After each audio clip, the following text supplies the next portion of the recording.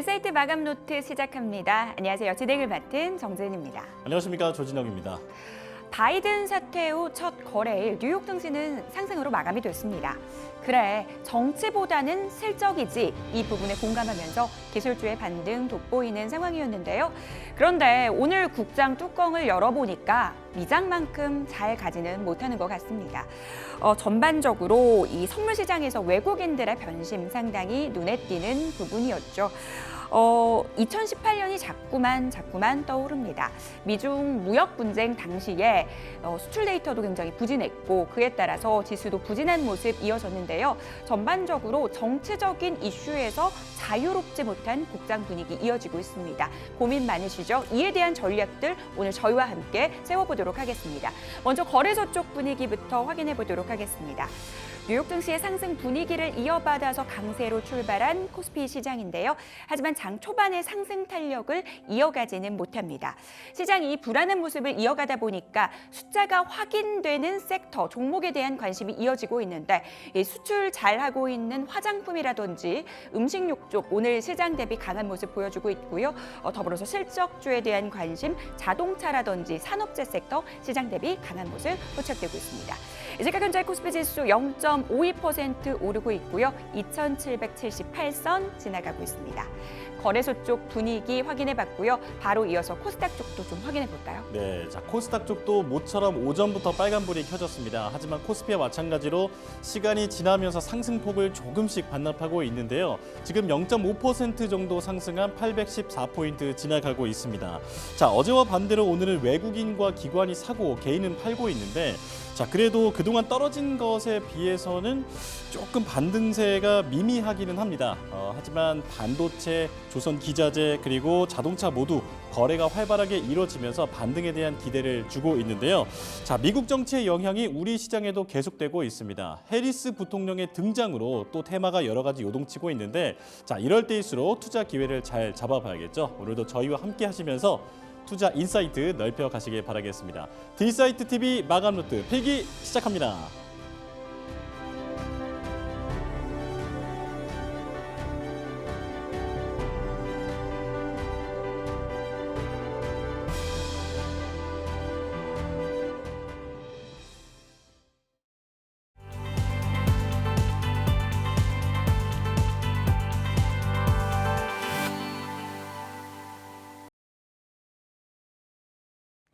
이슈노트와 함께 하시죠. 이슈들 확인해보고 전략까지 세워보는 시간입니다. 자, 이지스탁 이지은 대표님 함께합니다. 어서 오세요. 안녕하세요. 대표님과 함께 시장 이야기 나눠보도록 하겠습니다. 자, 오늘의 이슈 화면으로 확인해볼까요?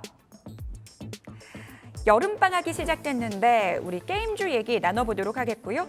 골드만삭스가 이 네이버 웹툰의 목표 주가를 상향 조정했습니다. 그와 함께 관심받고 있는 웹툰주 이야기 나눠보도록 하겠습니다. 마지막으로 해리스 부통령의 급부상, 이 대마주들 주목받고 있는데 관련된 이야기 나눠보도록 할게요. 오늘 주제를 보니까 게임, 웹툰, 대마, 마치 도파민이 좀 팡팡 터지는 도파민 특집 아닌가라는 생각이 드는데 일단 게임주 얘기부터 나눠보도록 할게요. 자, 엄마들이 예민해지는 계절, 예민해지는 시즌, 바로 여름방학이 다가왔습니다. 옛날에는 사실 이 여름방학 하면은 게임주에 대한 실적 기대감 높아지고는 했었는데 요즘은 어떤지 모르겠어요. 게임주 어떻게 보세요? 요즘은 여름방학이 다가왔다라고 해서 특별히 게임주들이 막 올라가거나 하지는 않는 것 같아요. 그리고 게임주들은 지금은 좀 선별적으로 흐름을 가져가야 되고 기대를 해보는 게 좋지 않을까라고 판단을 하고요. 그동안 게임주들이 1분기에 어닝 서프라이즈를 내보이는 종목들이 의외로 좀 있었는데 그럼에도 불구하고 시장에서는 예전처럼 게임주들 한번 강하게 갈 때는 엄청 강하게 가잖아요. 근데 그런 분위기가 아쉽게도 형성이 되지 못했고 이번에 최근에 이제 시프트업이 상장을 하면서 이번에도 한번 좀 게임주들이 돌풍을 일으키지 않을까라고 생각이 됐지만 일부 게임주들 안에서만의 상승 흐름이 좀 이어가는 모습이고요.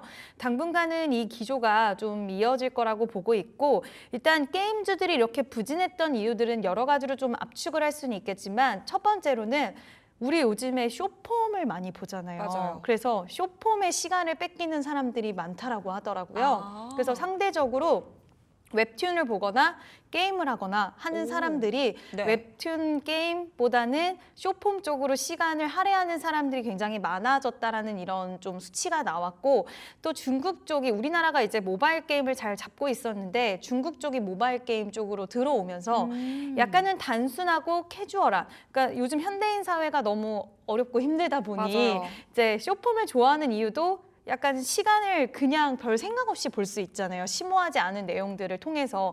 그런 것처럼 중국 쪽에서 이제 모바일 시장을 약간 캐주얼하고 심플한 게임 쪽으로 진출을 했는데, 그게 좀 잘 되는 바람에 우리나라에서는 상대적으로 모바일 강자였지만 약세를 이루게 될 수밖에 없는 그런 좀 환경들이 마련이 됐고요.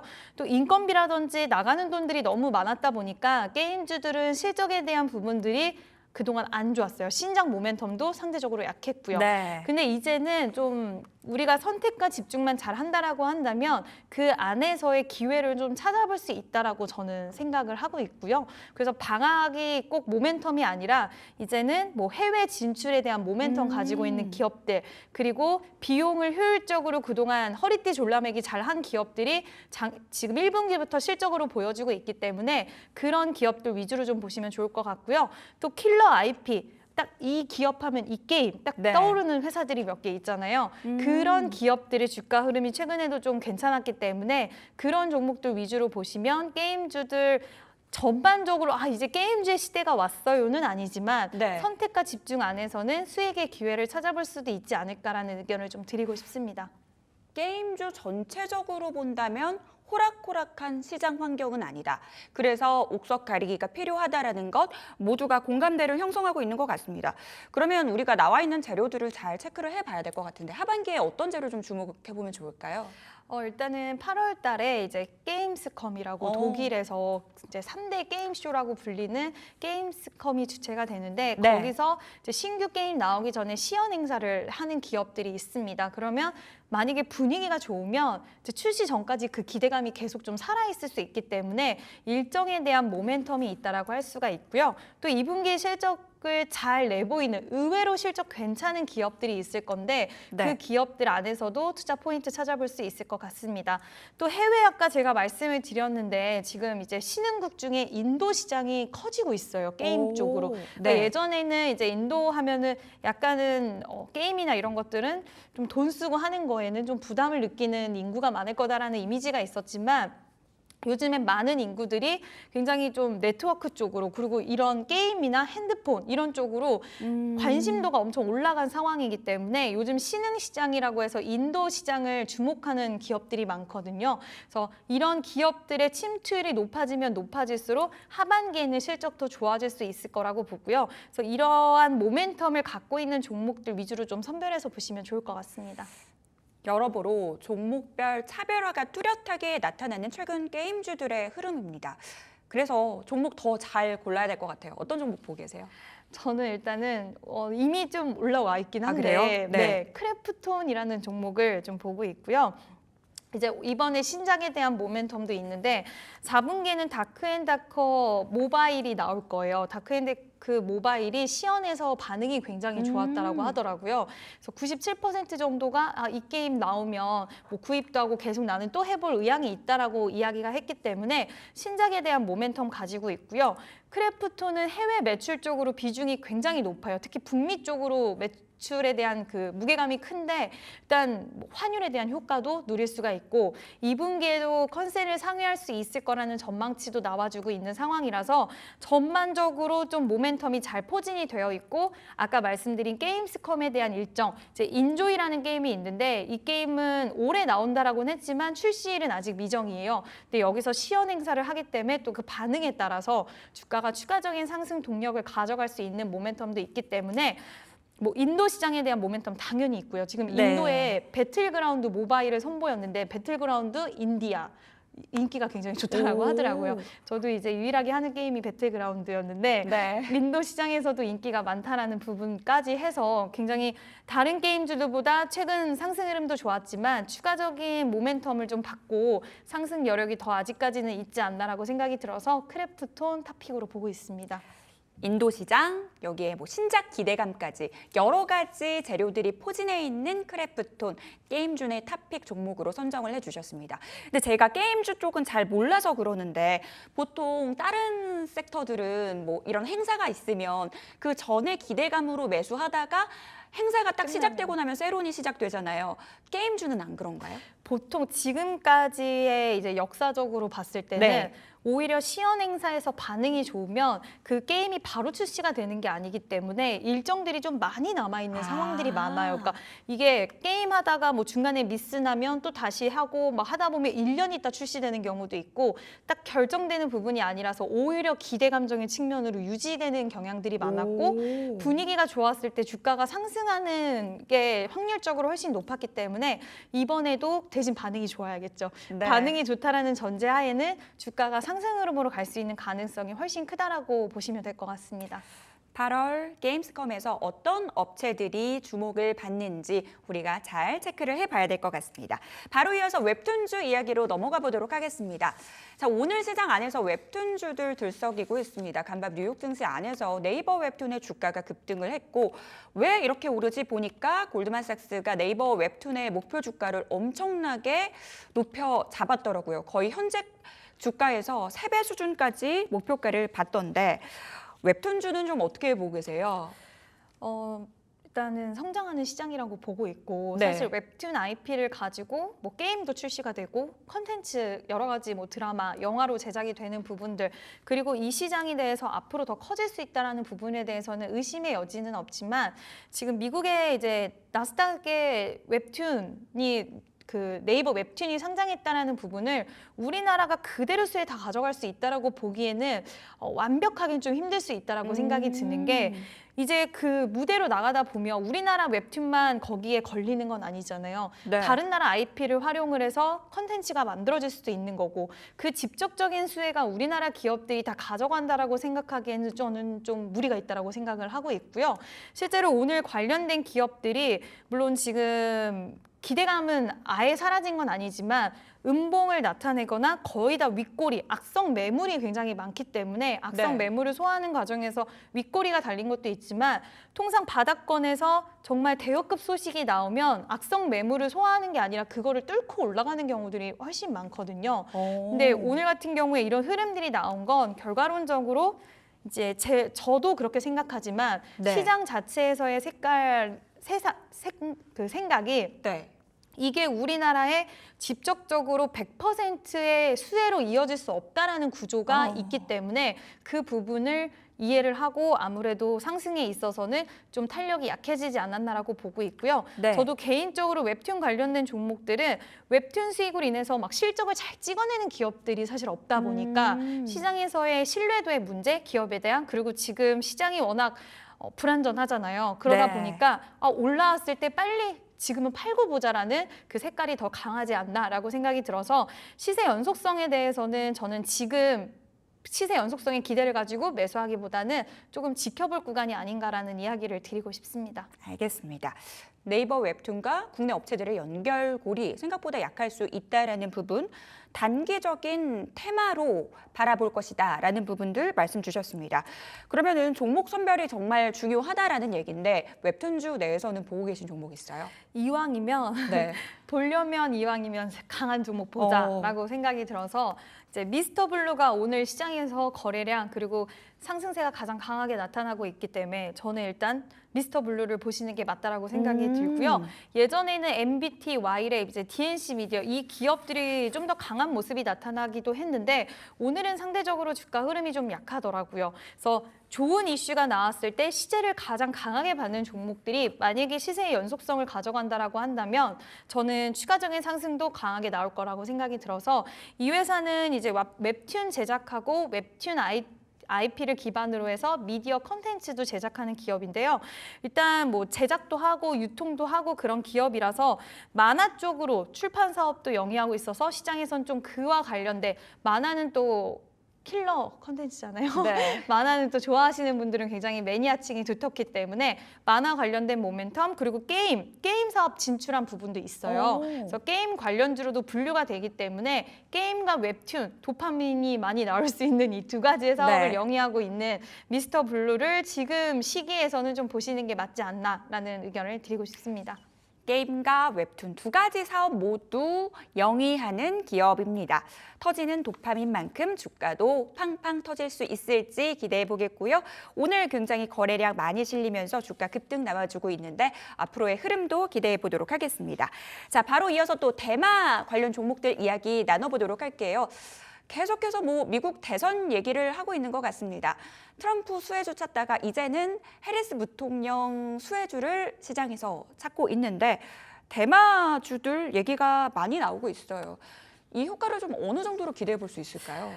일단 저는 아직까지 일정이 많이 남아있는 상황이기 네. 때문에 그 안에서는 계속 변동성이 이어지면서 우리가 좀 매수할 수 있는 대신에 단기 트레이딩 관점으로 저는 보시는 게 맞다라고 생각이 들고요.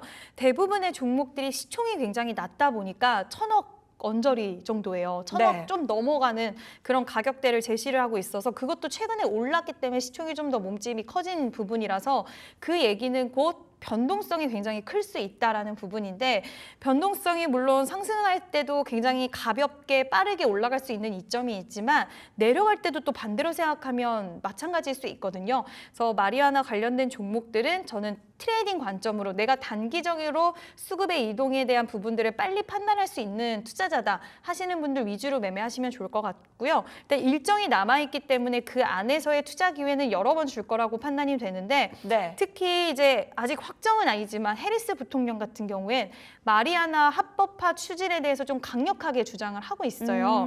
2020년에 TV 토론회에 나왔을 때도 그때 이제 뭐라고 얘기했냐면 연방 정부 차원에서 마리아나에 대해서 비범죄화를 만들어야 되고 합법화를 추진해야 된다. 그래서 관련돼서 혹시 범죄 기록이 있는 사람들은 말소를 시켜주겠다라는 얘기까지 했는데 이제 마리아나 같은 경우엔 대마 관련해서 안 좋다라는 인식도 있지만 이게 치료용으로, 의료용으로 사용이 되면 또 그만큼 이제 좀 아픈 거에 대해서 이제 우리가 진통제 이런 쪽으로도 또 효과를 좋은 쪽으로만 사용하면 효능이 또 있을 수 있다라는 부분도 부각을 할 수가 있기 때문에 그와 관련돼서는 일정이 남아있는 만큼 단기 트레이딩 관점으로 저는 지속 좀 지켜볼 필요는 있다라는 이야기를 드리고 싶습니다. 먼저 자기의 그릇을 좀 파악을 해봐야 될 것 같습니다. 내가 이 변동성의 파도를 타고 수익을 챙길 수 있는 사람인지 단기 트레이딩 전략으로 당분간은 대응을 해보자라는 부분 말씀 주셨습니다. 근데 이게 사실 의료용 대마라는 게 좀 생소하기도 해가지고요. 국내 업체에서 좀 어떤 기업들이 사업 펼치고 있나요? 이거 모르시는 분들이 더 많으실 것 네. 같아요. 왜냐하면 좀 생소한 테마다 보니까 자주 나오기는 하지만 손이 막상 가지 않는 테마잖아요. 맞아요. 네, 오섬첨단 소재라는 기업 오늘 좀 강하게 탄력이 나오는데 마리아나를 전문적으로 개발하기 위한 목적으로 100%를 본인들이 이제 투자한 카나비스 메디카를 설립을 했습니다.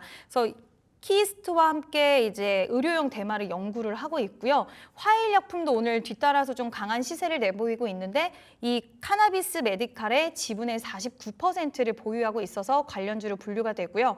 우리바이오는 식약처로부터 의료용 대마에 대한 재배 그리고 대마 성분 연구를 위한 승인을 또 취득을 했다라는 부분에 대해서 모멘텀을 가지고 있어서 이 세 기업이 시장에서 좀 오늘 강한 모습 보이고 있는데 네. 관련된 사업을 직접적으로 영위를 하고는 있어요. 물론 이걸로 인해서 지금 돈을 벌어들이는 단계는 아니지만 직접적으로 영위하는 부분들이 연결고리가 있고 또 이 외의 종목들도 오늘 또 새로운 신규 종목들도 나오고 하더라고요. 네. 근데 저는 개인적으로는 지금은 강하게 거래량과 상승이 붙어있는 종목 위주로 지금은 보시는 게 좋다라고 보고 있고요. 그래서 우리가 왜 비만 치료제도 처음에 딱 비만 치료제 하면 손에 꼽히는 5개 종목 정도가 있었고 네. 요즘에는 이런 기업도 비만 치료제 한다고? 라는 시기까지 와버렸잖아요. 네. 만약에 테마의 연속성이 길어지다 보면 또 연결고리를 가지고 새로운 신규 종목들이 시장에 나올 텐데 그때는 다시 한번 고민해 볼 필요가 있겠지만 지금 초기 단계에서는 대장주 위주로 공략을 하시는 게 맞지 않을까라고 생각을 하고 있습니다. 테마를 볼 거면 대장한테 붙어라. 이 부분들 지속적으로 좀 말씀을 주고 계신 것 같아요. 대장이면 5성 첨단 소재인가요?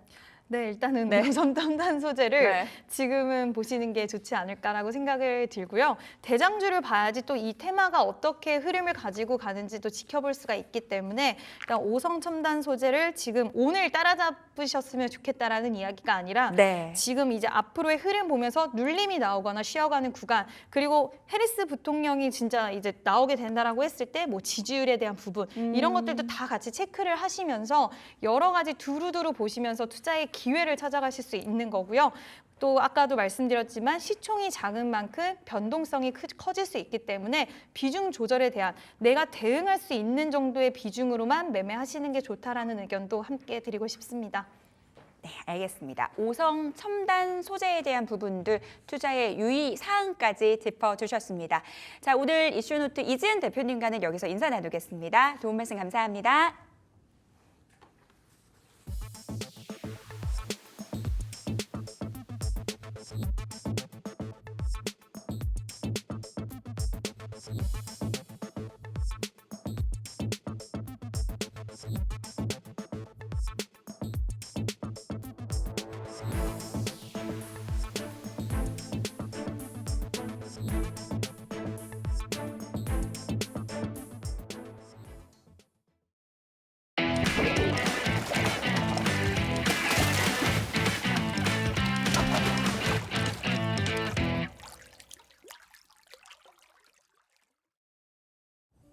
바닥에 있는 고수익 종목을 낚아보는 시간입니다. 강태공의 월척 종목, 강태공 전문가와 함께합니다. 어서 오십시오. 네, 안녕하세요. 네, 자 오늘 딱 들어오시는데 저는 이제 팔목에 팔찌가 눈에 딱 들어오더라고요. 네. 요즘 좀 좋으신가 봐요?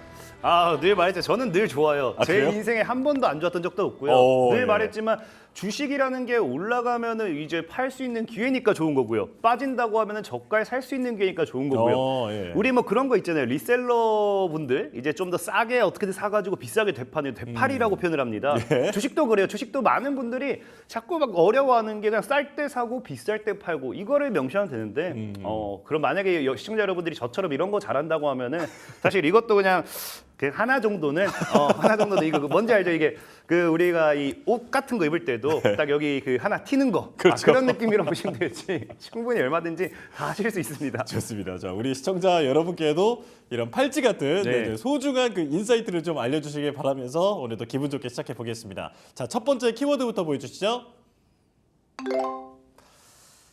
M 플러스 이거 뭐 네, 그냥 다 M7 같은 겁니까? 아니 그냥 이거 진짜 이대로 다 나온 거예요. 아 그래요? 오늘은 사실 그 종목들이 네. 제가 늘 말하지만 이 시청자 여러분들에게 조금 더 각인을 잘 시켜드리려고 종목을 좀 풀어보는 건데 네. 제가 뭐 매일매일 어떻게 찾을 수는 없고 뭐 어쨌든 이 종목도 그냥 뭐 이 이렇게 읽으면 되는 거예요? 내가 읽으면 되는 겁니다. 알겠습니다. 자, 바로 보여주시죠. 네, 그렇습니다. M 플러스 조금 성의를 좀 담아서 다음에 좀 나와주시길 부탁드릴게요. 그래서 다음에 좀 성을 좀 담아 볼게요. 근데 도저히 그 뭐라 해야 되죠? 도저히 설명할 게 없었고 아이디어가 좀 고갈이 되셨나 봐요. 그렇습니다. 어쨌든 뭐 이렇게 이 종목 같은 경우도 사실 제가 뭐 그냥 뭐 진짜 뭐 이 표현하기 쉬워서 갖고 왔다가 아니라 제가 예전에도 얘기했죠. 많은 분들이 자꾸 지금 2차 전지 관련되어 있는 시장에 있어서 굉장히 뭐 트럼프 전 대통령이 당선된다고 하면 이걸 무조건적으로 안 좋다라고 보고 있어요. 그러다 보니까 저는 오히려 이 2차 전지 관련되어 있는 섹터 수혜주들은 지금이 저가 매수의 기회고 지금이 여러분들이 담아봐야 될 시장이 되지 않을까라고 좀 말씀을 드리면서 M+라는 종목을 좀 소개를 시켜드리고 싶은 거고요. 예. 이 키워드를 본다라고 하면 여러분들이 사실상 이 키워드 절대 무시할 수 있는 게 뭐 좀 없을 거예요. 이게 왜냐고 하면은 이 첫 번째 키워드만 본다 하더라도 이 2차 전지 관련해서 이제 미국향 장비 수주 기대 뭐 이런 것들을 많이 이야기했는데 사실상의 이 트럼프 전 대통령이 자꾸 이 당선이 되면은 많은 분들이 오해하는 게 2차 전지의 악재가 될 것이다라고 했는데 제가 계속해서 얘기했던 게 IRA라는 거에 있어서 근본은 변하지 않습니다. 다만 이 혜택을 받았던 기업이 우리나라, 그러니까 우리 대한민국이었다가 아니면 뭐 다른 나라였다가 이제는 이 트럼프 전 대통령은 자국민 우선주의 정책이 있기 때문에 그게 미국계 기업으로서의 이런 혜택이 돌아갈 뿐인 거지 사실상에 이게 무조건적으로 나쁘다고 볼 수는 없는 거예요. 특히나 이제 보면 아시겠지만 이 최근에 이제 트럼프 전 대통령이 이제 자기가 대통령이 되면 뭘 하겠다라고 합니까? 이 자동차 관련되어 있는 산업의 모든 걸 다 빼앗겼기 때문에 미국이 이걸 다시 되찾겠다라고 이야기해요. 그러면서 중국 같은 경우는 관세를 100에서 200% 이상도 부과하겠다라고 이야기를 할 만큼 굉장히 이런 자동차에 있어서 진심인 부분이고요. 그러다 보니까 제가 전에도 얘기했다시피 트럼프 전 대통령과 이런 지금 머스크 CEO가 트럼프 전 대통령을 지지한다 뭐 이런 이야기를 했잖아요. 그러면은 분명히 머스크 CEO 역시도 뭐 할 수밖에 없다. 중국이라든지 다른 나라로 나가 있더니 테슬라 관련되어 있는 이런 테슬라 관련되는 공장이라든지 뭐 이런 것들이 다시 미국으로 들어오는 그런 효과를 기대해 볼 수 있습니다. 그러다 보면은 아까 앞서 말씀드렸다시피 IRA 관련되는 이런 모든 정책들이 이 테슬라라든지 미국 내에 존재하는 이런 2차 전지 아니면 전기차, 자동차 산업에 관련되어 있는 기업들이 충분히 수익, 반사익을 볼 수 있겠다라고 좀 말씀을 드리고 싶고 이 M+ 같은 경우는 여러분들이 분석을 해보시면 아시겠지만 사실상에 국내 기업보다는 이런 미국향, 북미권으로 해가지고 이런 수출 기대감이 더 큽니다. 특히나 이제 뭐 여러분들 그렇다 해서 M+라는 기업이 뭐 아무 곳이나 수주를 하느냐 이것도 아니고요. 여러분들이 뭐 이제 아워넥스트 에너지라고 들어보셨는지 모르겠지만 이 기업 같은 경우도 과거에 보면 뭐 BMW라든지 빌 게이츠가 투자를 할 만큼 굉장히 어느 정도 성장성이라든지 기업의 미래 가치라든지 이런 것들은 어느 정도 이제 보증 수표. 사실 뭐 BMW는 잘 모르겠어요. 뭐 BMW, 뭐 벤츠, 뭐 이런 뭐 자동차 이런 건 잘 모르겠지만 우리 투자의 규제라고 하면은 뭐 빌 게이츠 씨도 포함이 되어 있지 않습니까? 그러다 보니까 그런 빌 게이츠 씨 역시도 어쨌든 투자를 했다라고 하면은 분명히 이 기업이 뭐 쓸데없는 기업은 아니고 분명히 기술적이라든지 이런 것도 충분히 받쳐주는 기업이다라 좀 보시면 좋을 것 같아요. 그런 관점에 있어서 어찌됐든지 이런 수주 기대도 뭐 있다라고 좀 보시면 좋고요. 네. 또 그게 아니다 하더라도 최근에는 이제 북미 쪽으로 해가지고 스타트업 관련돼 있는 이런 이 배터리 기업들과도 지속적인 수주, 계약 이런 계약 체결 이런 것들이 뉴스가 나와주다 보니까 아까도 앞서 말씀드렸던 어찌됐든지 머스크 전 대통령이 당선됐을 때 머스크 CEO 머스크 CEO 네, 자꾸 트럼프 전 헷갈려요. 대통령. 자꾸 헷갈립니다. 네. 테슬라가 아니죠. 트럼프 전 대통령이 이제 당선이 되었을 때 이런 미국향으로서 수주 모멘텀이라든지 어쨌든 미국 관련돼 있는 자동차 기업 성장 관련돼 있는 반사익이 나와준다라고 하면은 뭐 할 수밖에 없다. 북미 쪽으로서의 이 수주 계약이 제일 많은 이런 M+가 직접적인 오히려 수혜를 받을 수밖에 없지 않나. 이 부분을 좀 여러분들이 생각을 해주시는 게 좋겠다라고 좀 말씀을 드리고 싶고요. 자, 두 번째로는 이제 전고체 배터리 사업 영역 확대라고 제가 표현을 했는데 이 전고체 배터리 사업 같은 경우는 예전에도 얘기했지만 이 우리가 꿈의 배터리 게임 체인저라고 표현할 만큼 지속적인 이런 사업에 있어서 이런 이슈 모멘텀이 나와주는 구간입니다. 네. 사실상의 이 전고체 배터리가 완전히 양산이 되지 못했기 때문에 지금 뭐 전고체 배터리 관련되어 있는 수혜주들이 강력한 상승세가 나와주지 못했던 거지. 뭐 기존에 이제 여러분 알다시피 리튬 이온 배터리라든지 이런 것들은 최근에 또 우리나라에서도 안 좋은 이제 화재 폭발 사건이 있었잖아요. 그런 것 때문에서 이런 것 때문에서라도 계속해서 지속적인 이런 폭발 조금 더 안정적이고 오히려 이 주행 거리도 굉장히 길고 오히려 충전 시간도 굉장히 짧은 전고체 배터리에 대한 중요도는 계속해서 올라가고 있다는 겁니다. 그렇기 때문에 지금 당장 전고체 배터리가 뭐 상용화가 되지 못한 부분에 있어서 상승폭이 둔화될 뿐이지 앞으로 보다 상용화에 대한 기대감이 다가오면 다가올수록 뭐 할 수밖에 없다. 사실 여러분들이 알고 있는 뭐 리튬 이온 배터리보다는 전고체 배터리 이런 쪽으로서의 이 강한 상승이 당연히 나와줄 수밖에 없지 않나라고 좀 생각을 해보고 있고요. 예. 또 그런 관점에서 봤을 때 이 M+라는 기업은 최근에 또 이제 115억 정도의 이 차입을 결정합니다. 그러니까 돈을 구해 와가지고 이 어디에 투자를 하겠다라고 이야기하냐고 하면은 전고체 배터리 사업 영역 확대하는데 이 장비 개발을 위한 자금으로 쓰기 위한 차입을 결정을 해요. 그만큼이 어쨌든 전고체 배터리의 신규 사업에 뛰어든 부분에 있어서 여기에 있는 또 반사익 기대해 볼 수 있고요. 그렇다고 해서 뭐 이 기업이 신규 사업으로서 사업 영역을 확대하고 있기 때문에 굉장히 긴 시간이 걸리느냐? 또 그것도 아니에요. 이제 여러분들이 지금 이 M+라는 기업 자체는 전고체 배터리 이제 핵심 공정 관련되어 있는 장비를 개발 및 상용화 진행을 지금 이미 예정을 하고 있는 상태였고 거기 추가적으로 이제 차입금을 들고 와서 더 투자를 확대한다는 것뿐이고요. 그러다 보니까 지금 또 어디에 또 이 그 예정이 되어 있냐고 하면요. 올 하반기, 그러니까 뭐 하반기 이제 뭐 슬슬 시작하고 있잖아요. 그러니까 언제 뉴스가 나올지에 따라서 아마 이 주가의 급등량이 좀 달라질 수도 있는데 올 하반기에 이제 미국 전고체 배터리 개발 기업의 장비를 공급할 예정이라고 합니다. 그 말은 이제 본격적으로 이제 전고체 배터리 관련돼 있는 어느 부분, 어느 정도 이 개발이 완료되었다 보시는 게 좋고요. 그다음에 아까 얘기했다시피 하반기에 어디다 미국으로서의 공급이요. 근데 아까 얘기했다시피 이제 트럼프 전 대통령이 원하는 건 또 미국 내 그런 거라 했잖아요. 그럼 결국에 미국 전기차 기업의 성장과 미국 내 시장에서 전고체 배터리 기업에 대한 부품 공급 이런 모든 이슈들이 맞물렸을 때는 엠플러스라는 기업이 하반기 이후에는 오히려 강한 상방에 대한 기대를 좀 해볼 수 있지 않나라고 좀 말씀을 드리고 싶고요. 예. 자, 그다음에 이제 차트상 또 이제 상방 가능성 기대다라고 이야기를 하는데 이제 기술적 분석이 들어가는군요. 네, 사실 기술적 분석이 제일 중요하죠. 네. 이제 엠플러스라는 종목을 본다라고 하면은 아마 많은 분들이 뭐 좋아할 만한 이 좋아한다는 뭐 있죠. 우리가 사실 이런 거는 정말로 거의 확실하다라고 볼 수 있는 게 우리가 수학도 뭐 A 플러스 B 플러스 뭐 B는 C다 뭐 이런 공식이 있잖아요. 예. 그렇죠. 그 주식에도 이게 있으니까 이게 무조건적으로 올라간다라고 그 장담은 못하지만 이게 지금 우리가 M 플러스라는 종목이 지금 상각 수렴대입니다. 상각 수렴이라는 게 뭐냐고 하면은 지켜주는 구간대에서 지켜주고요. 하방 추세를 맞으면서 삼각형이 나와주고 수렴하는 자리에서 마지막 돌파 구간이에요. 그럼 이 구간의 꼭지점에 들어섰을 때는 이게 지금 여기서 뭐가 되냐고 하면요. 변곡점이 됩니다. 그래서 사실 주가가 무조건적으로 강한 상방으로 올라간다라고 할 수는 없어도 이런 삼각 수렴대가 이제 돌파하는 자리가 나와준다고 하면은 강한 상방이 나오든 강한 하방이 나오든 둘 중에 한 가지의 변화는 나와줘야 돼요.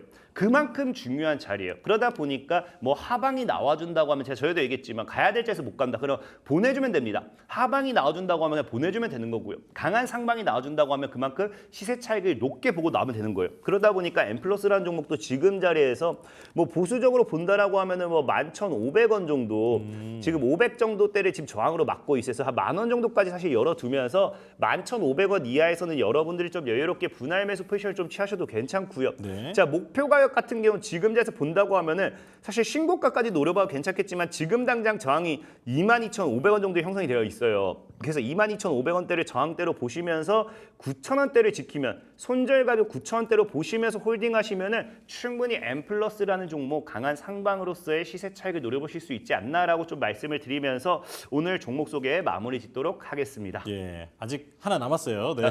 네네네. 자, M 플러스 말씀을 해주셨는데 이제 매수가는 10,000원에서 11,500원 정도 사이에서 분할 매수를 좀 해보시고 목표가는 22,500원 그리고 손절가는 9,000원 이렇게 말씀을 해주셨습니다. 자, 이제 두 번째 키워드 보겠습니다. 소금 옷. 이것도 첫 번째도 성의가 없었고 두 번째도 왠지 그럴 것 같은데 이것도 혹시 그냥 영어로 풀면 맞아요. 되는 겁니까? 그냥 영어로 직역하면 돼요. 그래요? 제가 바로 보여주시죠. 근데 이걸 뭐 성의 없다고 하면 이 기업 CEO도 좀 성의 없는 게 솔트웨어였습니다. 자, 그렇습니다. 자, 왜 가져오셨을까요? 이 솔트웨어 같은 경우는 제가 뭐 사실 정말 이런저런 많은 걸 하다 보면은 또 바쁘다 보면 조금 이렇게 조금 그럴 수도 있긴 해요. 하지만 절대 기업만큼은 성의 없는 기업이 아닙니다. 이거 들어보시면은 정말 제가 이 이름 장명 센스야 그럴 수 있어도 정말 내용만큼은 이 주제만큼은 이 성의를 다해서 찾아오는 거 여러분들 오해하지 않으셨으면 기대하겠습니다. 좋겠고요. 네네. 일단 솔트웨어 키워드를 먼저 보고 가도록 할게요. 일단은 이 두 가지 사실 제일 중요한 거는 이 첫 번째가 사실 제일 중요하다 생각을 해요. 이 삼성전자 CXL 뭐 동작 검증 성공 중 뭐 이렇게 이야기를 하고 있는데 사실 제일 중요한 거는 삼성전자가 이제 지금 HBM 관련해서 이런 것들 지속적으로 뭐 다시 따라잡으려고 뭐 여기에 대해 굉장히 공격적인 투자를 하고 있다라고 이야기는 하고 있어요. 근데 사실 삼성전자도 지속적으로 자기들이 본인들도 인정한 게 뭐냐? HBM에 있어서 이미 1등을 SK하이닉스에게 뺏긴 거는 사실 누가 뭐라 해도 이게 변하지 않는 부분입니다. 하지만 이거를 빼앗기 위해 다시 되찾기 위해 노력을 하는 부분이고 그러다 보니까 더 중요한 건 뭐냐고 하면은 많은 분들이 삼성전자가 HBM 왕자를 되찾느냐 못 찾느냐 여기에 집중을 하는데 사실 삼성전자는 지속적으로 옛날부터 얘기했던 게 CXL이라는 부분이에요. 이 CXL이라고 해서 이게 차세대 메모리 반도체로서 이제 HBM을 뛰어넘는 그러니까 오히려 이제 지금 시장에서는 시대에서는 뭐 많은 기업들이 HBM에 더 투자를 하고 있지만 본인들이 이제 2028년도 정도, 2028년부터는 오히려 이제 CXL이 주주가 될 것이다라고 하면서 CXL에 대한 이런 승부, 이 CXL에 대한 이 투자, 이거에 대한 이야기들이 굉장히 많이 나와주고 있습니다. 그러다 보니까 사실 저는 그렇게 생각해요. 어차피 여러분들 맨날 배 아파하시잖아요. 뭐 한미반도체 보면 배 아프고 제주반도체 보면 배 아프고 HBM 보면은 오펜치 테크놀로지라든지 TFE라든지 HBM 관련돼 있는 반세계 종목들이 굉장히 많아요. 근데 볼 때마다 막 10배 이상 올라간 거 보면은 나도 저때 샀으면 후회를 많이 하실 거예요. 근데 많은 시청자분들이 저는 진짜 답답해 미치겠는 게 나도 저때 샀으면을 얘기하면서 저때 사라면 안 삽니다. 그래요? 그러니까 이게 뭐냐고 하면은 지금도 제가 분명히 이거 갈 거예요 해도 절대 안 사요. 그리고 막 향후 보면은 내가 저때 샀었어야 됐는데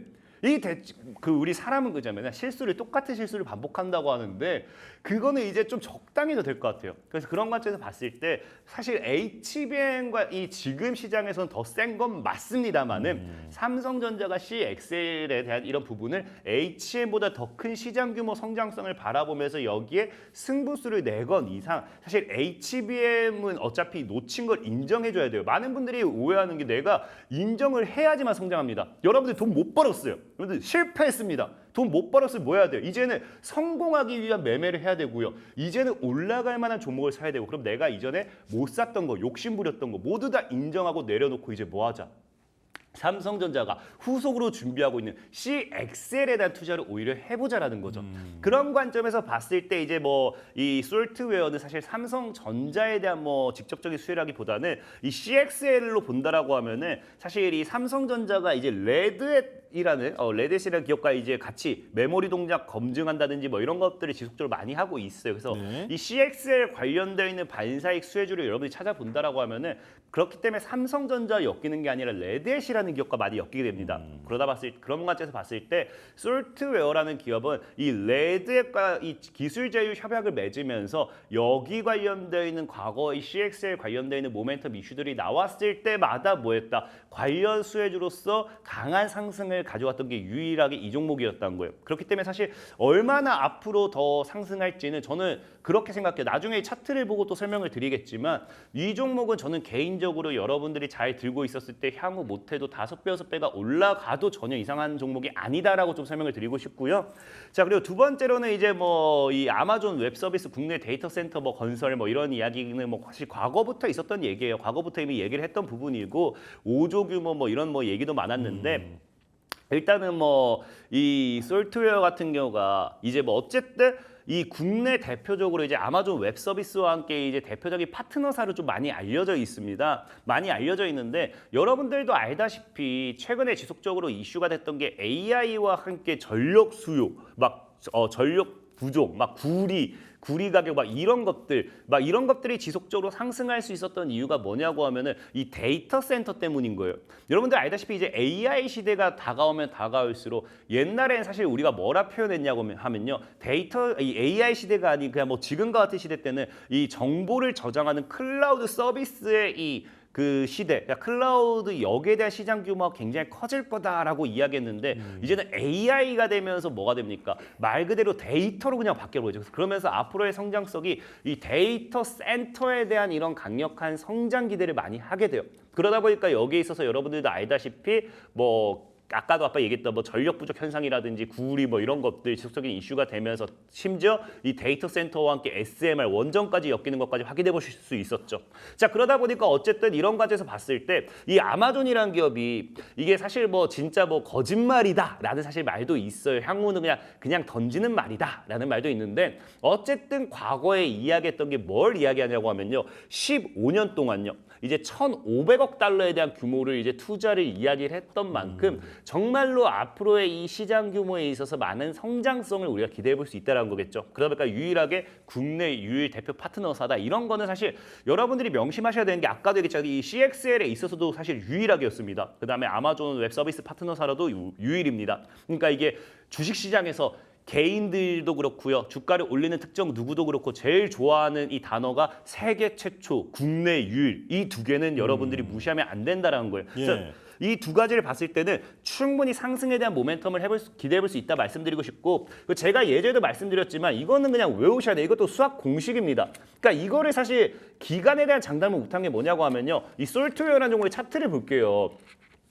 예전에 얘기했지만 이게 스펙 합병 상장된 종목이에요. 스펙 합병 상장된 종목인데 상장 이후에 뭐 된다? 상장 이후에 내리 그냥 죽었어요. 그럼 제가 예전에 얘기했지만 이 스펙 합병 가격 대비 이렇게 아래서 노는 종목 그냥 아무것도 몰라도 돼요. 그냥 일단 매수하시면 됩니다. 그럼 뭐 하느냐? 시간에 대한 장담까지 할 수 있으면 제가 여기 나와서 여러분들에게 추천 안 드린다라고 했습니다. 분명히 말씀드렸죠. 시간에 대한 장담은 못하지만 이런 종목들이 뭐 하냐고 하면은 이 스펙 합병 상장가 위로, 그러니까 2,500원 대비해가지고 한 50% 정도, 딱 스펙 합병 상장가 대비해서 50% 정도 더 올라요. 그럼 지금 자리에서 노려볼 수 있는 게 3,500원, 3,500원 정도거든요. 그럼 지금 자리에서 매수를 한다고 하면요, 못해도 3배 정도의 차익을 노릴 수 있기 때문에 오히려 저가 매수이기에도 충분하다라고 분명히 말씀을 드리는 거고, 그런 관점에서 봤을 때 이 솔트웨어라는 종목 지금 1,250원 아래에서 여러분들이 여유롭게 주워 나가셔도 충분하고요. 자, 목표 가격 같은 경우 지금 뭐 3,000원 이상 보시면 좋을 것 같고요. 손절 가격 1,100원 보시면서 대응하시면은 충분한 시세 차익 노려보실 수 있겠다. 말씀을 좀 드리겠습니다. 네, 자 스펙 합병가로 보면은 이제 얼마라고 하셨죠? 한 3,500원 정도라고 하셨나요? 네, 그 정도까지 볼 수 있다 말씀드렸습니다. 네, 현재 매수가에서 스펙 합병가까지 보면은 그 정도의 갭이 있기 때문에 이 부분에 대한 시세 차익을 노려보자 이렇게 말씀을 해주셨습니다. 자, 여기까지 말씀 듣겠습니다. 강태공 전문가와 함께했습니다. 고맙습니다. 감사합니다.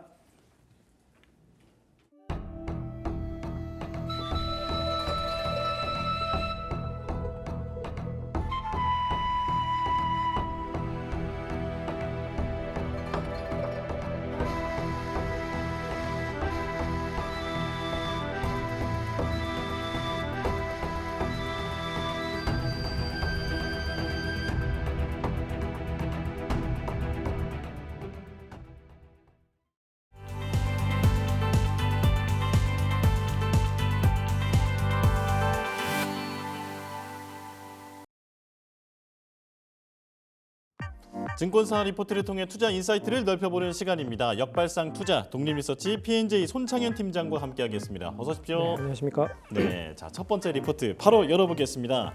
자, HD 현대 인프라 코어인데요. 하나증권의 리포트입니다. 목표가를 11,000원으로 유지 의견을 냈습니다. 고금리가 지속하고 있어서 전방 수요가 둔화되고 있다. 2분기 실적이 컨센서스를 하회한다. 중국 시장의 회복이 긍정적이고 러우 전쟁의 종전 그리고 재건 기대감이 있는 상황. 자, 지금 이제 건설 기계 업종을 가지고 오셨는데 지금 바닥 탈출을 고대하고 있는 분들이 많거든요. 업황 분석부터 해주실까요? 일단 그 선제적인 종목들이 먼저 상승을 했다라는 게 초점을 맞추셔야 될 것 같습니다. 그 이제 경기가 호전이 되면서 뭐 상승을 하고 있는 업종이 뭐 한 3가지 정도로 볼 수가 있는데요. 뭐 건설, 철강, 조선 쪽이 가장 크게 작용했었던 부분인 것 같습니다. 근데 최근에 종목들을 보시면 그 건설 관련된 종목들이 뭐 우크라이나 재건 관련된 기대감도 없지 않아 있긴 하지만 상승을 하기 시작을 하고 있다라는 게 좀 긍정적이고요. 여기에 이제 조선기자재, 조선 관련돼서 이제 조선을 만들고 있는 선주를 만들고 있는 업체들도 있지만 피팅 업체들이 이제 상승을 하기 시작을 했죠. 그래서 성광밴드나 뭐 황금 SD 같은 뭐 이런 종목들이 상승을 했고요. 거기에 이제 중장비 관련된 업체들까지도 이제 건설 관련된 종목들로 연결이 되면서 상승을 하고 있다라고 볼 수가 있는데 뭐 비단 이 부분만 뭐 뜻하는 게 아니라요. 금리 인하에 대한 본격적인 수혜가 이어질 가능성이 높다라고 좀 볼 수 있는 부분입니다. 그래서 PF 관련돼서 우리나라가 결국에는 가장 크게 피해를 봤었던 게 주택 경기 그리고 건축 경기, 건설 경기였잖아요. 네. 그래서 이 부분이 이제 금리 인하가 됨으로써 본격적으로 이제 건설 경기가 좋아지면 국내뿐만 아니라 해외 쪽에서도 수주가 상당히 좀 많이 이어질 가능성이 높다는 거죠. 그래서 미국 쪽이나 중국 쪽 뭐 이런 쪽도 역시 이제 건설 경기를 타는 부분들이 있어서 눈여겨 보셔야 될 것 같고요. 그리고 세 번째는 이제 우크라이나 재건 관련된 기대감이 계속 존재하고 있다라는 부분입니다. 그래서 이 해외 쪽 관련된 부분 이게 우크라이나 전쟁이 언제 종결이 될지는 모르겠으나 만약에 이제 종결이 되면 상당히 긍정적인 모멘텀으로 작용할 수 있기 때문에 결국 건설 관련된 중장비, 경기 관련된 종목들이 상승을 하고 있는 게 아닌가라는 생각이 듭니다. 그리고 마지막으로는 이제 밸류업 프로그램에 대한 상승도 계속 이어지고 있는데요. 이 밸류업 프로그램 관련된 종목 중이 끊이지 않고 있다. 그러니까 하락세가 전환이 되면 이 밸류 프로그램이 단기적으로 끝났다라고도 볼 수가 있는데 이 관련주들이 계속 상승을 하고 있는 거죠. 그래서 금융 쪽 보시면 오늘도 뭐 한국금융지주나 그리고 키움증권, NH투자증권 뭐 이런 종목들이 상승을 하고 있고요.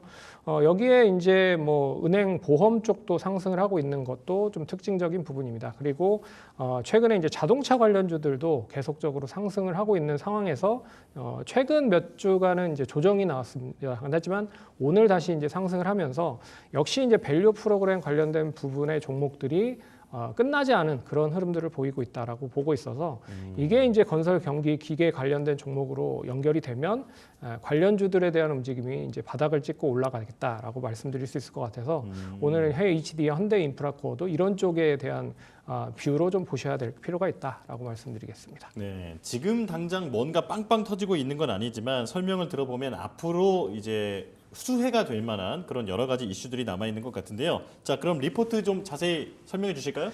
예, 하나증권에서는 이제 11,000원 매수 유지를 했고요. 이제 제목을 보시면 하반기부터 높은 기저가 해소되는 국면에 진입을 한다라고 뭐 표현을 하고 있습니다. 이제 기저효과라는 거를 좀 아셔야 될 것 같은데 기저효과를 잘 모르시는 분들을 위해서 간단하게 설명을 해드리면 이제 HD 현대인프라코어가 예를 들어서 영업이익이 작년에 마이너스 100억을 기록을 했다. 근데 올해 0원을 기록을 했다. 그러면 플러스 100%가 증가를 하는 거잖아요. 근데 이 수익성은 하나도 보장된 그런 흐름이 아닙니다. 그런데도 불구하고 이제 기저효과로는 상당히 높은 흐름으로 상승을 했다라고 표현을 하는 거죠. 그래서 이게 해석을 어떻게 잘 하느냐가 관건이다라고 보고 있어서 기저효과에 대한 부분들이 일단 국면에 본격적으로 진입이 됐다라고 볼 수가 있다라고 해석을 할 수가 있는 부분이고요. 그래서 목표 주가는 11,000원인데 2분기 실적에 대한 컨센서스를 이제 어제 발표를 했습니다. 하회를 했다라고 발표가 됐고요. 고금리 지속에 따른 전방 수요가 둔화가 지속이 됐고 전사의 매출이 부진했다. 그래서 북미 쪽에 대한 판매는 계속적으로 둔화가 됐고 그 중국 쪽 회복은 그나마 좀 긍정적이다라고 이제 표현을 했습니다. 하반기부터 이제 25년 상반기까지 높은 실적 기저가 해소 구간으로 진입 가능하기 때문에 22년에 공급망 차질에 발생을 했었던 이 주요 딜러들이 2023년에 2분기까지 재고 축적을 바탕으로 해서 수요를 크게 늘렸었던 부분들이 있어서 올해도 그렇다라고 하면 미리 이제 그 관련돼서 이제 재고 축적을 했다라는 부분에서 내년에는 상당히 좀 긍정적인 효과가 이어질 수 있지 않을까라고 하는 부분들이 있어서요. 긍정적이라고 볼 수 있을 것 같고 그래서 이제 당분기 프로모션을 통해서 이제 재고 축적 관련된 부분 그리고 금리 인하 효과는 아직까지 발현되지도 못했다. 그리고 미중 정책에 대한 드라이브가 연결이 되면 조금 상승으로 좀 전개될 가능성이 높지 않겠느냐라고 보고 있고요. 여기에 이제 2분기 매출액에 대한 부분 이제 자세한 세부적인 부분을 보시면 영업이익이 815억으로 전년 대비했을 때 마이너스 49.7%를 기록을 했습니다. 역시나 그렇게 좀 좋은 흐름을 보이지 못했지만 매출액도 뭐 그렇게 좀 좋은 흐름을 보이지 못했죠. 그래서 세부적인 부분을 보시면 엔진 부분이 견조한 성장을 보이고 있는 반면에 이제 건설 기계 부분이 전년 대비했을 때 좀 약세 흐름을 보였다. 그래서 이 결국에는 건설 기계를 좀 뜯어보면 이 그 선진 지역 관련돼서도 뭐 관련된 부분에서 이제 홀세일 판매가가 부진했다. 하지만 이제 신흥 지역에서 그나마 좀 우리나라와 중국 쪽에는 선전을 했지만 다른 쪽에서 이제 수요가 감소해서 전반적으로 좀 약세 흐름을 보였다. 하지만 이제 엔진 쪽, 이제 방산 증가나 산업용과 그리고 선박이 상당히 좀 좋은 실적을 내놓은 모습인 것 같아요. 그래서 엔진 쪽 관련돼서는 상당히 좋은 실적을 발표를 했다. 그래서 전반적으로 보면 건설 기계 관련된 부분은 뭐 약세를 보였지만 이제 엔진이라든지 여러 가지 부분들이 좀 긍정적으로 좀 전환되면서 상승을 하고 있다라고 볼 수가 있는 부분인 것 같고요. 이제 러시아 우크라이나 전쟁 관련된 종전에서의 기대감도 있다. 그런데 동사가 HD 현대인프라코어가 우크라이나 건설기계 쪽에 이 시장 점유율을 1위를 기록을 했었던 레퍼런스가 있습니다. 그래서 만약에 재건이 된다라고 하면 이 우크라이나 쪽에 있는 HD 현대인프라코어의 건설기계 쪽 관련된 중장비 쪽에 대한 기대감이 다시 현존할 가능성이 높다라고 볼 수 있어서 우크라이나 전쟁이 언제 종결이 되는지가 관건일 것 같지만 그래도 뭐 엔진 쪽에 대한 부분이 긍정적으로 좀 전환되고 있어서 나름 좀 선방을 하고 있다. 그리고 실적에 대한 부분은 어제 발표를 했죠. 그런 부분에서 이제 재료 소멸로 인해서 오늘 좀 상승을 하는 모습들이 나타나고 있다. 그렇게 좀 보셔야 될 것 같습니다. 지금 그 이어서 질문을 드리려고 했던 게 오늘 주가가 지금 6%대에서 급등을 보이고 있는데 그 조금만 더 그 차트를 뒤로 가봐도 최근에 급등세가 나왔단 말이죠. 네.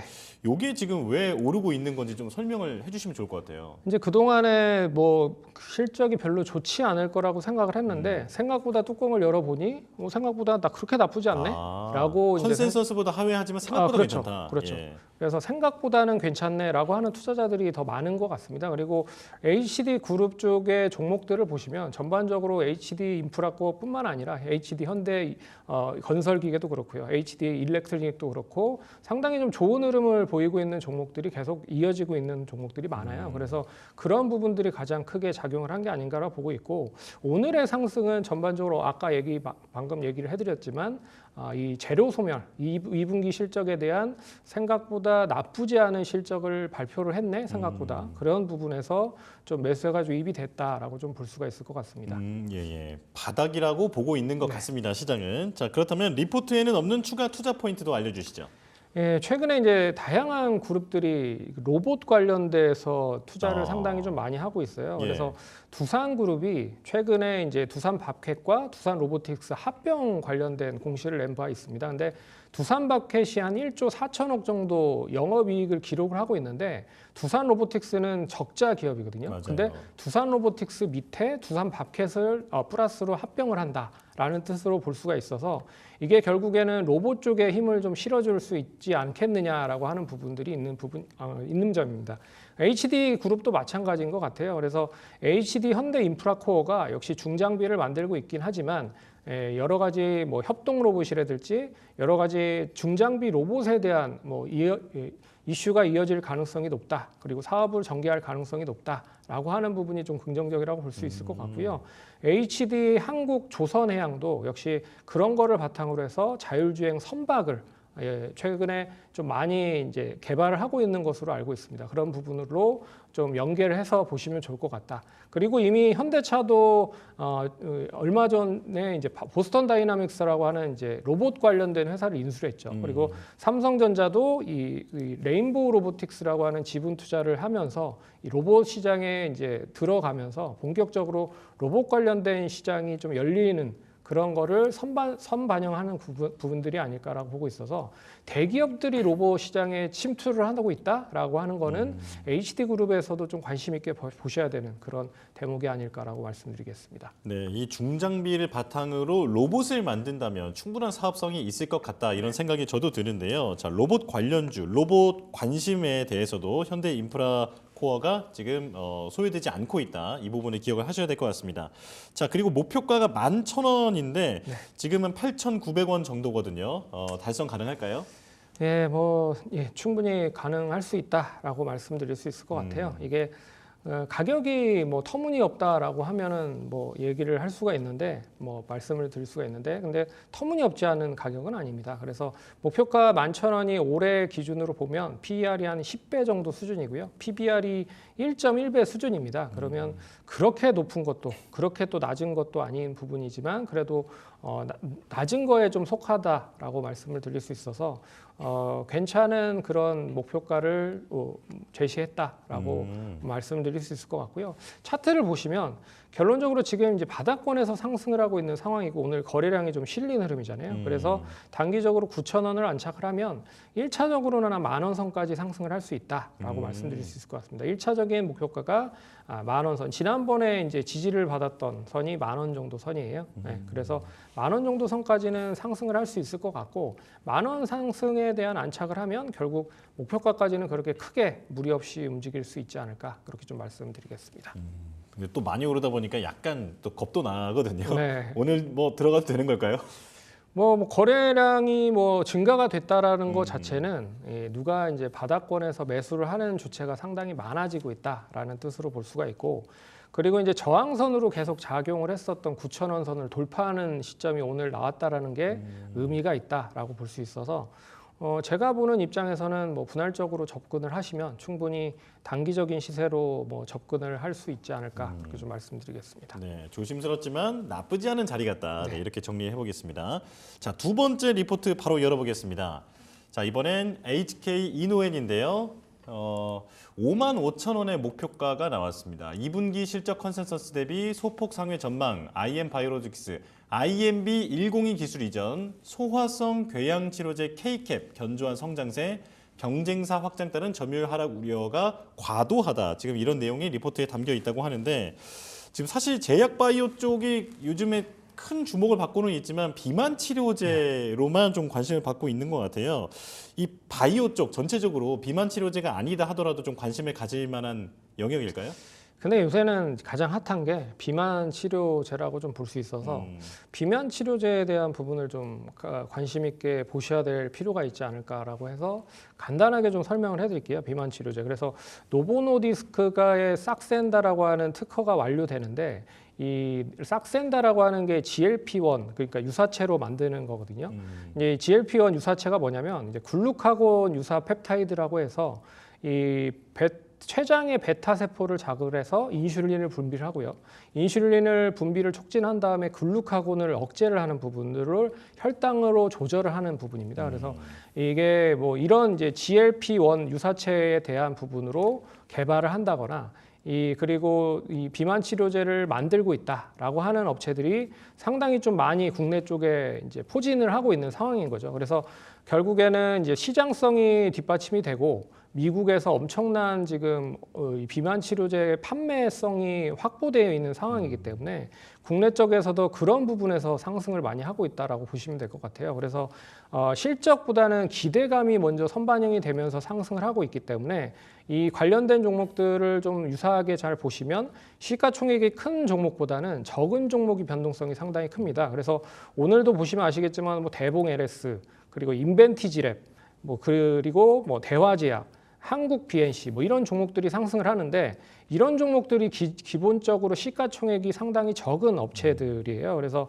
뭐 대봉 LS가 많이 올랐는데도 2,100억 그리고 인벤티지랩도 1,700억 정도 수준밖에 되지 않고 현대약품도 1,300억 정도 수준밖에 되지 않습니다. 그러니까 단기적으로 지금 수급이 갈 데가 없기 때문에 외국인 기관 투자자들이 매수를 하는 것도 한계가 있고요. 그래서 이 올라가는 쪽에 계속 베팅을 하다 보니까 이 비만 치료제 쪽에 대한 투자가 상대적으로 많이 몰려서 상승을 하는 게 아닌가라는 생각이 들고요. 하지만 이게 테마성이 또 짙다. 그리고 시장이 별로 재미없다라고 하는 부분에서 상승을 하는 부분들이기 때문에 만약에 시장이 상승으로 좀 전환된다. 그리고 테마성에 대한 부분들이 좀 없어진다라고 하면 일단 좀 약세 흐름을 보일 가능성이 높다라고 말씀드릴 수 있을 것 같고요. 예. 이 HK 이노엔 오늘 이 언급을 해드릴 종목도 3세대 글루카곤 유사 펩타이드 관련된 유사체 비만 치료제를 이제 도입하려고 준비를 하고 있는 상황입니다. 그래서 동사의 기술력은 없지만 중국 사이윈드 바이오사이언스라고 하는 회사와 함께 이 국내 개발과 상업화 라이센스의 파트너십을 맺어서 이 이제 그 노클로투마이드라고 하는 그 제품을 이제 국내 쪽에 가져와서 상업화를 하려고 준비를 하고 있는 상황이에요. 그래서 이게 어떤 이 제품이냐면 이제 이미 중국과 호주에서 임상 이상으로 어느 정도 효과를 본 상황이고요. 그리고 주일에 투약을 하는 주사제로 이제 중국에서는 이 3상까지 진행을 하고 있는 상황입니다. 그래서 국내 쪽에서 역시나 3상을 이 본격적으로 동사가 좀 진행을 하려고 준비를 하고 있어서 동사도 완전 비만 치료제 관련돼서는 동떨어진 그런 업체는 아니다라고 하는 부분으로 좀 볼 필요가 있어서 오늘 좀 소개시켜드리러 가져왔다라고 말씀드리겠습니다. 그러면 이렇게 좀 여쭤볼게요. 비만 치료제에 대한 관심이 조금씩 이제 퍼져 나가면서 네. 이쪽도 좀 수혜를 볼 수 있다 이렇게 이해를 하면 되는 걸까요? 어떻게 보면 이제 비만 치료제 관련돼서 많이 올라가는 종목들이 이제 비만 치료제밖에 없는 회사들이 많습니다. 시가총액이 적다 보니까. 하지만 이제 HK 이노엔뿐만 아니라 뭐 큰 업체들이 같이 준비를 하고 있는 업체들이 많거든요. 뭐 한미약품이라든지 그리고 또 삼천당 제약이라든지 뭐 이런 업체들을 보면 시가총액이 몇 조 하는 업체들이 결국에 이제 비만 치료제에 진입을 한다라는 뜻인데 그래서 제가 뭐 말씀드리고 싶은 건 뭐냐면 테마에 휘둘리지 않고 결국엔 안정적인 성장세를 가지고 있는 실적을 받침으로 하고 있는 그런 업체들이 비만 치료제를 이제 본격적으로 투입을 한다, 시작을 한다라는 뜻으로 보시면 시장이 올라갔을 때는 이제 테마가 어느 정도 관련된 종목들이 사그라들 가능성이 높고요. 그러면 거기에서도 이제 실적을 바탕으로 한 안정적인 성장을 기대를 하고 있는 종목들이 상승을 할 수 있어서 HK이노엔뿐만 아니라 뭐 대형주 쪽으로도 관심을 좀 가지셔야 될 필요가 있지 않을까라고 보는 부분입니다. 네. 자, 그렇다면 리포트의 내용 좀 더 자세히 살펴보면서 설명 듣겠습니다. 예, 리포트를 보시면 이제 K캡 이상부라고 이제 제목으로 쓰였어요. 근데 예. K캡이 뭐냐면 위식도 역류 질환 치료제라고 말씀을 드릴 수 있을 것 같습니다. 근데 이게 기존에 상당히 우리나라 쪽에서 많이 판매를 했었던 부분이고요. 이건 이제 미국의 3상을 좀 준비를 하고 있는 상황인 것 같아요. 근데 조만간에 발표가 나올 것 같고 이거는 이제 뒤에서 좀 더 자세하게 얘기를 해드릴게요. 그래서 별도 기준 2분기 매출액과 영업이익이 2,270억 그리고 233억 원을 기록을 할 것 같고요. 이거는 이제 기존에 했었던 실적에 대한 컨센서스보다 상회를 할 거다라고 말하고 있습니다. 그리고 IM바이오로직스라고 하는 회사의 기술 이전 관련된 선급금이 약 20억 원 정도가 반영이 됐다. 근데 이게 뭐냐면 HK이노엔과 IM바이오로직스 그리고 Y바이오로직스라고 하는 회사가 공동 개발한 자기 면역 질환 이중항체 신약 후보 물질을 이미 미국 쪽에 1조 3천억을 주고 팔았어요. 예, 그런 부분에서 이제 받은 라이센스 피라고 보시면 될 것 같습니다. 그래서 그 지분만큼의 라이센스 피를 이제 국내 쪽으로 이제 동사가 반영을 해서 수익을 얻는 게 한 20억 원 정도가 된다라고 보고 있는 부분이고요. 반면에 이제 의료 파업에도 불구하고 K캡 성장에 대한 부분은 계속적으로 견조하다. 그리고 카니브 패밀리에 대한 도입도 견조하다라고 볼 수가 있습니다. 그래서 그 긍정적으로 보시는 부분들이 이런 쪽으로 좀 이어지고 있는 부분이고요. 그리고 수액 제재 관련돼서는 이제 파업으로 인해서 상당히 좀 약세 흐름을 보이고 있지만 이제 카니브 신규 품목인 카니브 패밀리 도입으로 어느 정도 상쇄를 하고 있다라고 나타나고 있습니다. 그리고 2분기 두 번째는 이제 의료 파업에도 불구하고 K캡에 대한 성장이 계속적으로 견조하고 있다. 그래서 연간으로 봤을 때 올해 매출은 9,118억 그리고 영업이익은 910억이고요. 이제 소폭 하락된 조정이 이어지고 있긴 하지만 이 하향된 조정은 이 의료 파업이 장기화된다라는 전제 조건 하하니까 혹시라도 이제 의료 파업이 단기간에 이제 꺼져버리면 단기간에 어느 정도 해소가 되면 이 동사가 이제 그 매출을 어느 정도 파이를 가지고 있는 수액 제재 관련된 부분의 성장률도 회복을 할 수가 있다라고 보고 있기 때문에 좀 긍정적이고요. 그리고 K캡 관련돼서도 K캡 관련돼서도 현재 이제 미국 3상 임상 종료를 앞두고 있는 부분들이 있기 때문에 좀 긍정적인 부분이라고 보시면 될 것 같고요. 그리고 바미런성 이제 식도염 임상 3상이 이제 올해 하반기에 진행이 중이고 FDA는 올해 중으로 허가 신청을 기대를 하고 있는 상황입니다. 그리고 비란성 이제 식도염 임상 3상은 내년 상반기에 임상 종료를 기대를 해서 이제 신규로 좀 신약으로 만들려고 준비를 하고 있다. 그래서 매출 성장에 대한 호조세가 계속 이어지고 있긴 하지만 결국에는 의료 파업이 관건이고 이 비만 치료제 관련된 부분도 상당히 좀 발빠르게 우리나라에서 상용화를 하면 좀 하나의 기회가 될 가능성이 높지 않겠느냐라고 보고 있어서 좀 관심 있게 보셔야 될 필요가 있다라고 말씀드리겠습니다. 네, 제약바이오는 실적이 받쳐주는 것만큼 든든한 게 없을 텐데 지금 이런 매출 성장의 호조세 그리고 이제 의정 갈등이 좀 정리가 되고 나면 그것도 이제 수혜를 받을 수 있을 것 같다 이렇게 정리를 해주셨는데요. 자, 리포트 바깥의 내용도 들려주실까요? 이게 의료 파업이 장기화가 계속 되고 있기 때문에 뭐 코로나 때 아시다시피 뭐 입원이라든지 제대로 된 이제 그 수술 같은 거를 지연이나 연기가 되는 경우가 상당히 많습니다. 그래서 동사도 이제 수액 제재 관련된 부분, 뭐 주사제라든지 뭐 이런 부분들이 제대로 된 판매가 좀 진행이 돼야 되는데 판매가 진행이 되지 않고 있다라는 게 단기적으로 좀 악재다라고 볼 수가 있는데 이게 어느 순간에 또 확 뭐 해결이 된다라고 하면 이 어느 정도 단기간에 해소가 되는 부분에서는 좀 긍정적인 모멘텀으로 작용할 수 있다라고 보고 있어서 이게 뭐 장점도 될 수 있고 단점도 될 수 있다. 근데 계속 불확실성으로 묶여 있기 때문에 언제 해소돼야 되는 게 중요할 것 같고요. 그리고 동사가 원래는 이제 CJ그룹 쪽의 회사였습니다. 그래서 CJ그룹에 소속되어 있는 회사였는데 한국콜마가 인수를 하면서 이름을 이제 HK 이노엔이라고 이름을 바꿨죠. 그래서 한국콜마와의 이제 본격적인 시너지에 대한 효과도 좀 이어질 가능성이 높을 것 같아요. 그래서 이 화장품이라든지 이 상당히 좀 이 기능성 화장품에 대한 부분도 관심 있게 보셔야 될 필요가 있을 것 같고, 혹시라도 이제 신규 사업으로 전환이 된다라고 하면 뭐 뷰티 관련된 부분이나 헬스 관련된 부분도 동사에서 좀 진행을 할 가능성이 높지 않겠느냐라고 해서 그런 것도 좀 눈여겨 보셔야 될 부분이라고 볼 수가 있을 것 같습니다. 화장품 쪽으로도 산업이 확장될 수 있다. 이 부분을 짚어주셨고요. 자, 목표가가 5만 5천 원인데 지금 보면 4만 원 정도 하거든요. 좀 많이 남은 것 같아요. 달성 가능할까요?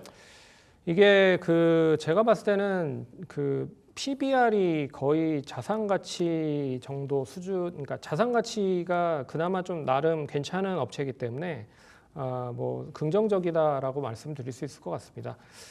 그리고 이제 목표가 5만 5천 원이 PER 기준으로 26.4배예요. 그래서 이 PER 정도로 수준으로는 좀 높다라고 말씀을 드릴 수 있을 것 같아서 일단 뭐 자산 가치 대비해 봤을 때는 가격적인 매력은 있다라고 볼 수 있어서 좀 충분히 가능할 수 있는 구간이다라고 볼 수 있는데, 이 차트로 보시면 이게 주봉상으로 한번 볼게요. 주봉상 보시면 이 앞선 매물이 상당히 좀 많이 구간이 있는 게 이 4만 5천 원대 구간입니다. 그래서 이 4만 5천 원을 결국에는 이제 돌파를 해야 추가적인 상승이 이어질 수 있다라고 볼 수 있기 때문에 뭐 한 4만 5천 원 정도 수준은 좀 돌파를 해야 되지 않을까라고 말씀드릴 수 있을 것 같고, 추가적인 그 이후에는 목표가를 좀 보시는 게 좋지 않을까, 그렇게 좀 말씀드리겠습니다. 네, 4만 5천 원 정도를 돌파하는지를 한번 봐야겠다, 이렇게 말씀해 주셨습니다. 제가 지금 냉방병에 걸려가지고 목소리가 잘 안 나오는데 팀장님도 건강 잘 챙기시고요. 네, 자, 여기까지 말씀 나누겠습니다. 손창현 팀장과 함께했습니다. 고맙습니다.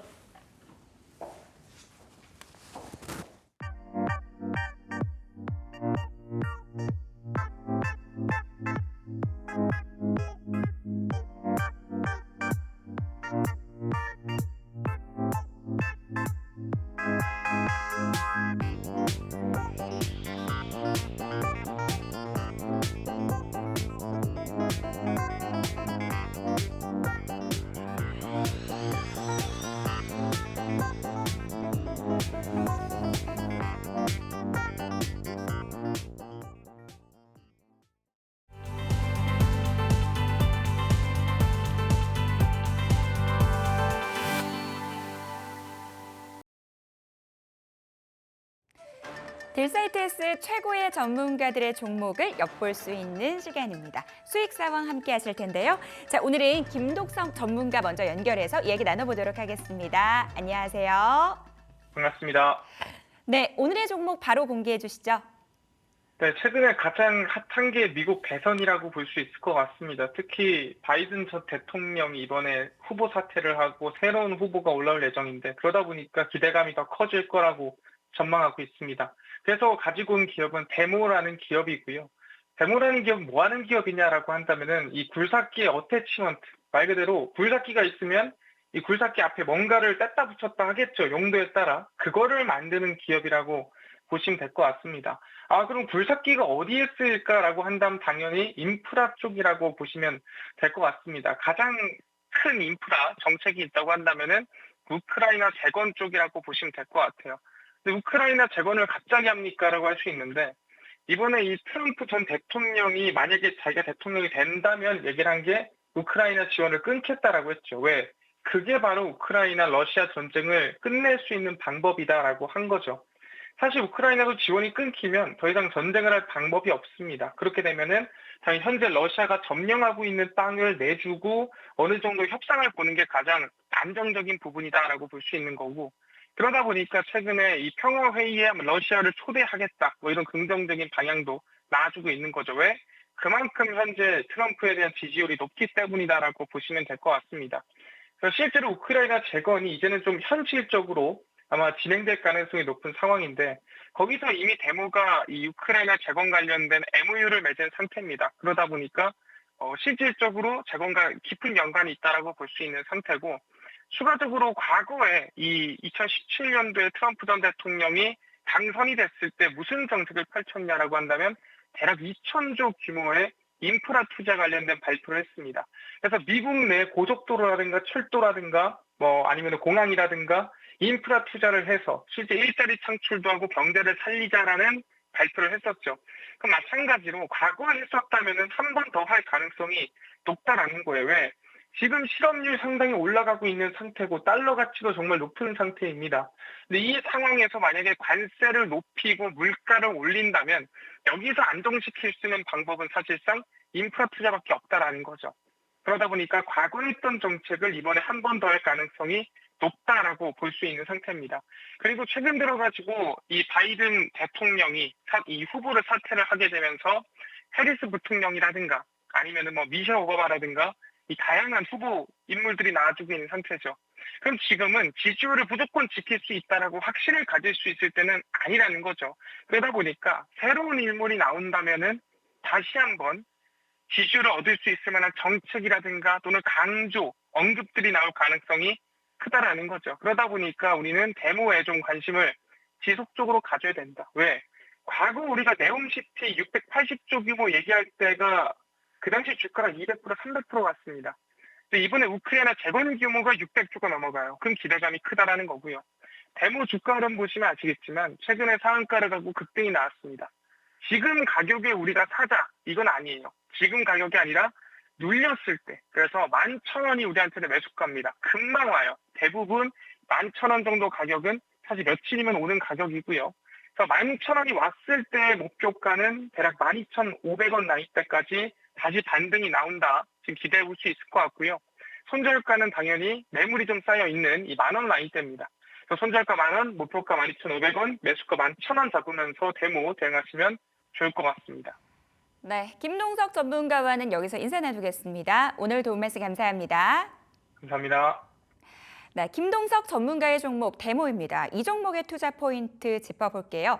이 러우 전쟁, 종전 기대감이 높아지면서 재건주에 대한 관심이 높아지고 있습니다. 트럼프 수혜주로 재건주가 많이 분류가 되던데 무엇보다도 인프라 투자, SOC 투자에 따른 정책 모멘텀 기대된다라는 부분 언급해 주셨고요. 목표가 12,500원, 손절가 10,000원 잡고 대응해 보도록 하겠습니다.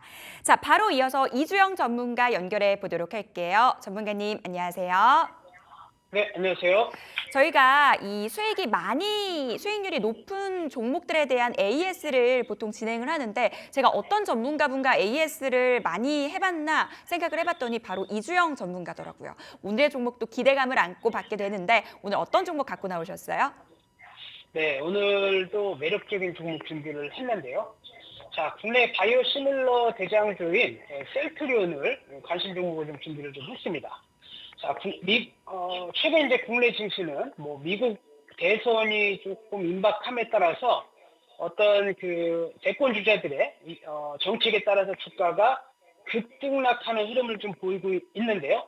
자, 주가라는 것은 이제 중장기적인 관점에서 봤을 때 정치적 이벤트보다는 어떤 매크로와 실적 또는 어떤 종목의 성장성에 의해서 주가가 움직이고 있기 때문에 이런 부분에 좀 더 좀 집중할 필요가 있다 이렇게 말씀 좀 드리겠고요. 특히 이제 제약바이오 같은 경우에는 9월 금리 인하 맞물려서 그리고 또 미 정부의 약과 인하라는 정책과 맞물려서 중기적으로 좀 성장할 가능성이 굉장히 높기 때문에 바이오 업종은 지금부터 계속 이제 관심 있게 보셔야 된다는 말씀 좀 드리도록 하겠고요. 특히 이제 동사는 매출과 비용 측면에서 큰 폭의 변화를 앞두고 있는 상황인데요. 2024년도 하반기를 시작으로 매출 증가와 함께 비용 감소 그리고 이제 수익성이 개선될 예정인데 램시마 IV, 트룩시마, 호슈마 중심의 매출을 기반으로 울플라이마 특히 이제 미국 내 짐펜트라가 탑라인의 성장성을 부추기고 있는 흐름이기 때문에 실적 면에서 굉장히 좀 좋아질 수 있다 이렇게 말씀을 좀 드리겠고요. 또 비용 측면에서 보신다라고 한다면 셀트리온과 셀트리온 헬스케어의 판권에 따른 PPA 상각 한 1,200억 정도가 올 상반기에 완료가 되기 때문에 하반기부터는 이제 원가 개선과 함께 본격적인 실적 턴어라운드, 특히 이제 3공장이 본격적으로 좀 가동하는 올 연말 또는 내년부터는 원가 경쟁력 측면에서 이제 상당히 좀 좋아질 수 있다라고 좀 보시면 될 것 같고요.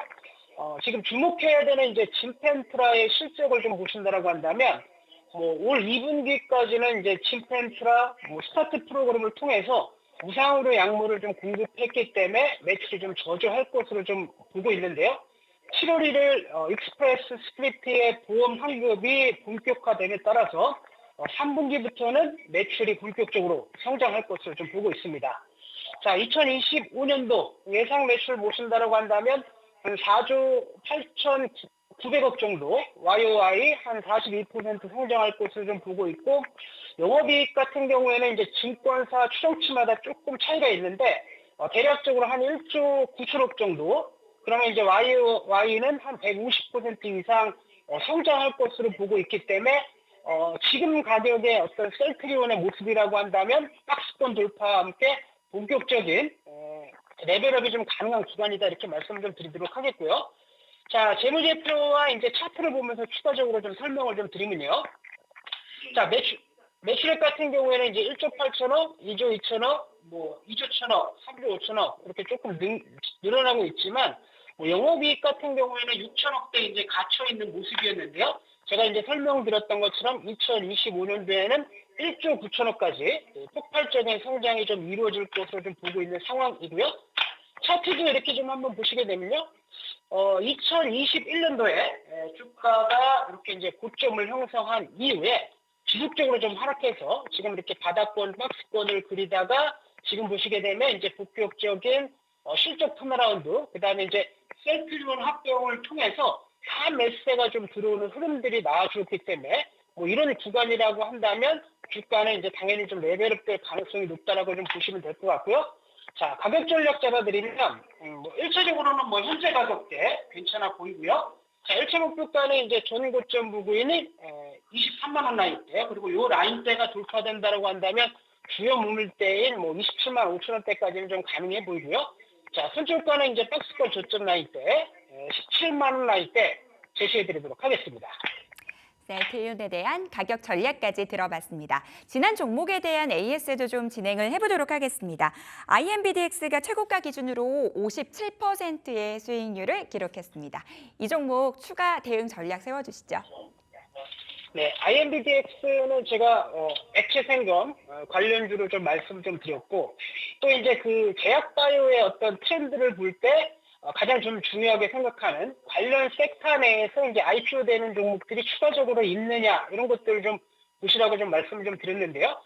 진퀘스트가 프리 IPO를 마치고 올 코스닥 액체생검 이후로 이제 상장이 되는 과정에 있었고요. 또 그 이제 3개월 정도 보유 예수가 끝나는 날 대략적으로 이제 7월 3일이었기 때문에 이런 정도 가격 수준에서 매수를 하시면 1차적으로 공모가 수준인 13,000원, 또 2차적으로는 15,000원 정도까지 가능하다 이렇게 말씀을 좀 드렸는데, 지금 보시게 되면 주가가 이제 바닥을 찍었던 날이 정확하게 이렇게 7월 3일이었고요. 보시는 바와 같이 일주일 정도 매수 기회를 두고 1차적으로 30%, 2차적으로 50%까지 달성이 좀 완료가 된 상황이기 때문에 일단 지금 정도면은 일부 물량 좀 차이락 실현하시는 게 좋고 13,000원대를 이제 손절 라인대를 보고 보유가 가능하다 이렇게 좀 말씀드리도록 하겠습니다. 네, IMBDX에 대한 추가 전략까지 들어봤습니다. 오늘 도움 말씀 감사합니다. 네, 감사합니다. 네, 이수영 전문가의 오늘 종목 셀트리온이었습니다. 시장에서는 이 미국의 9월 금리 인하 기정사실화하는 분위기입니다. 그로 인해서 이제 하반기 바이오를 보자라는 말씀 주셨어요. 이 종목 목표가 23만 원, 손절가 17만 원 잡고 대응해 보도록 하겠습니다. 자, 딜사이트에서 최고의 전문가들의 수익률 대결은 내일도 계속됩니다. 지금까지 수익사항이었습니다.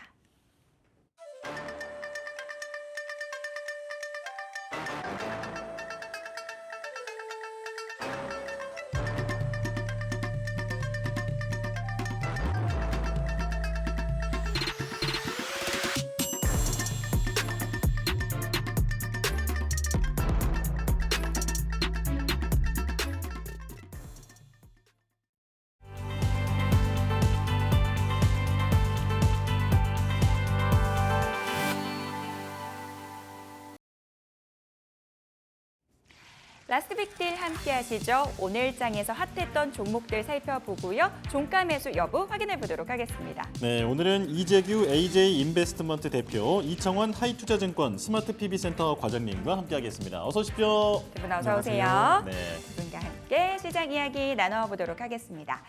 자, 어데트, 어차피 대통령은 트럼프의 이 브레이크가 걸린 걸까요? 이 바이든 사태 후 첫 여론조사에서 해리스 부통령과 트럼프 후보의 지지율이 막상 막하를 기록을 했습니다. 시장은 이제 해리스 테마주를 또 찾기도 하고 있는데 테마 관련 종목들이 시장 안에서 핫한 분위기입니다. 오성 첨단 소재가 오늘 강세를 보이고 있는데요. 이 종목에 대한 종가 매수 의견 들어보겠습니다. 두 분 모두 일치했네요. 이번에는 이재규 대표님 의견 네. 부탁드립니다. 네, 일단 오성 첨단 소재 굉장히 탄력적인 모습을 보이고 있습니다. 오늘 종가가 중요할 것 같은데 네. 조금만 더 밀리면 더 매수하긴 좋을 것 같아요. 만약에 이제 장후반까지 너무 강세로 마감이 된다라고 한다면 오늘 종가보단 내일 시초가가 좀 더 나올 수 있다라는 말씀 드려보도록 하겠습니다. 일단 테마성을 가지고 움직이고 있는 기업이지만 지금 시장에서 관심도가 너무 높죠. 이 트럼프나 해리스 쪽에 대한 관심도. 근데 이제 오성 첨단 소재 같은 경우는 실제로 우리가 실적적인 부분을 따져봤을 때에도 현재 시가총액이 약 1,300억 정도 되고 있는 기업입니다. 근데 이 회사가 만들어내고 있는 매출과 영업이익단을 봤을 때 사실 테마성이라고 보는 기업, 테마성을 많이 가지고 있는 기업치고는 또 내재 가치가 괜찮은 편이에요. 그렇기 때문에 전 이 기업 같은 경우 시장에서 요 트럼프와 해리스와 관련되어 있는 내용들이 부각이 된다라고 한다면 조금 더 이제 트레이딩 관점으로 시세가 나올 수 있지 않을까라는 말씀을 드리고 싶습니다.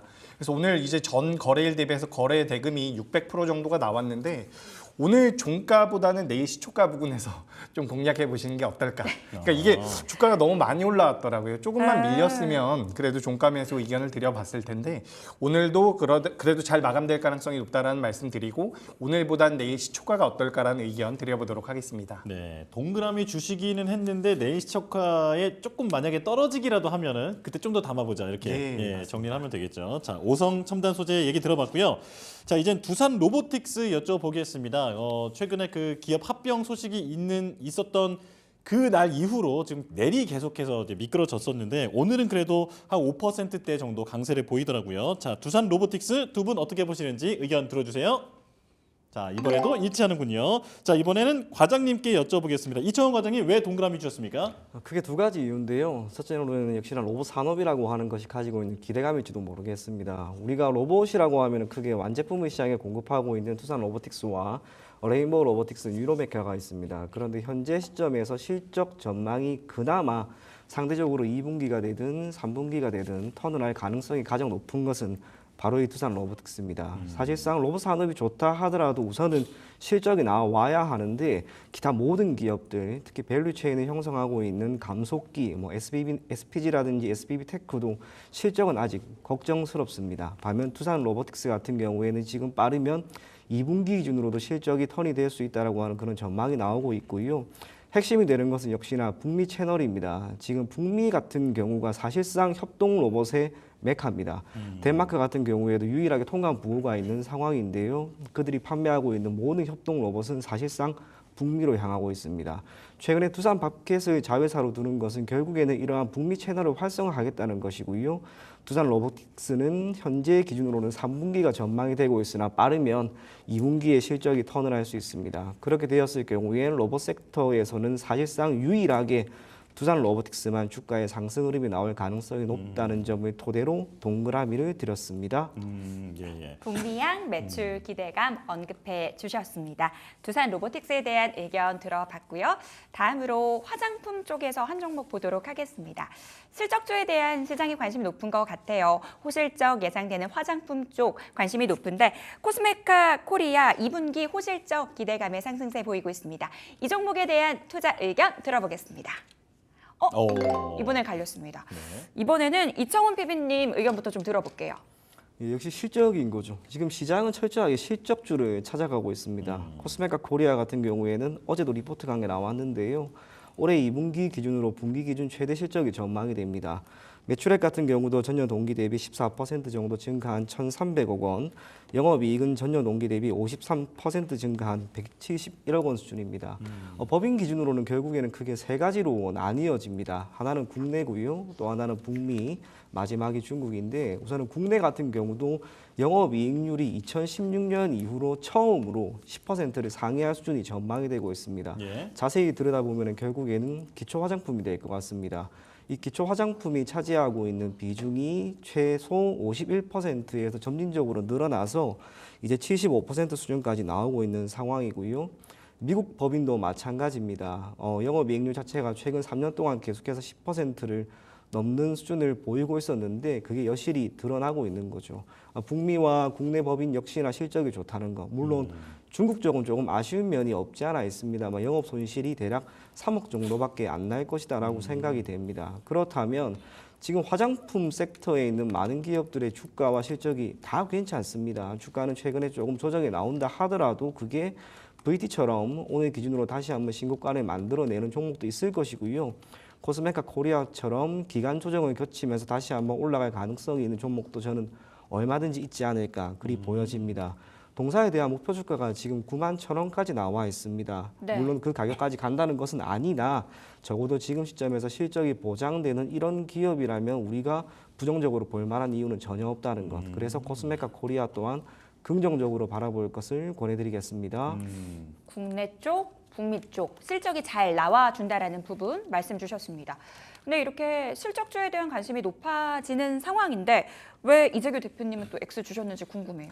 네, 일단 굉장히 좋습니다. 지금 코스메카 코리아 같은 경우는 시가총액이 지금 어느 정도냐면 8천억 정도가 되고 있는 기업이거든요. 그래서 2025년도나 2026년도에 우리가 예상이 되는 영업이익을 기준으로 봤을 때 주가가 더 올라가는 게 맞습니다. 근데 제가 오늘 X의 의견을 드린 부분은 사실 이제 주가라는 것이 뭐 우리가 분석한 대로만 움직이지도 않는다라는 부분이 첫 번째가 될 가능성이 높고요.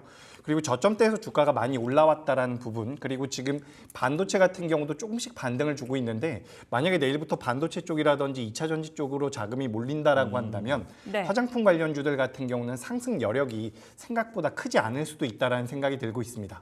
물론 지금 시간이 지날수록 뭐 VT라든지 실리콘2 같은 기업들 계속해서 올라오면서 화장품에 대한 저희 생각이 좀 틀리지 않을까라는 걱정도 하고는 있는데 예. 일단 제가 오늘 입장에서 말씀드려보자면 화장품주 같은 경우는 1, 2분기 때 많이 올라왔거든요.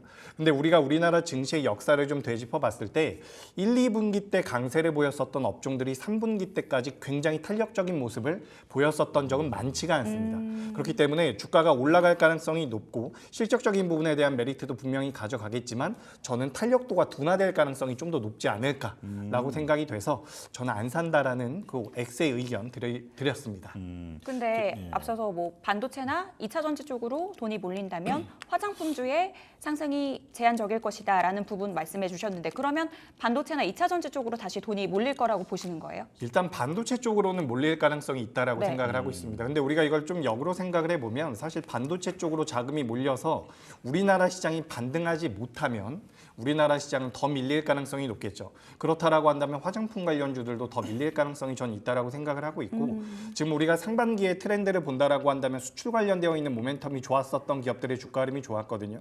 근데 하반기로 가면 갈수록 수출에 관련되어 있는 모멘텀을 가지고 있는 기업들 주가는 더 올라갈 수 있는데 탄력도가 둔화될 가능성이 높다라는 거죠.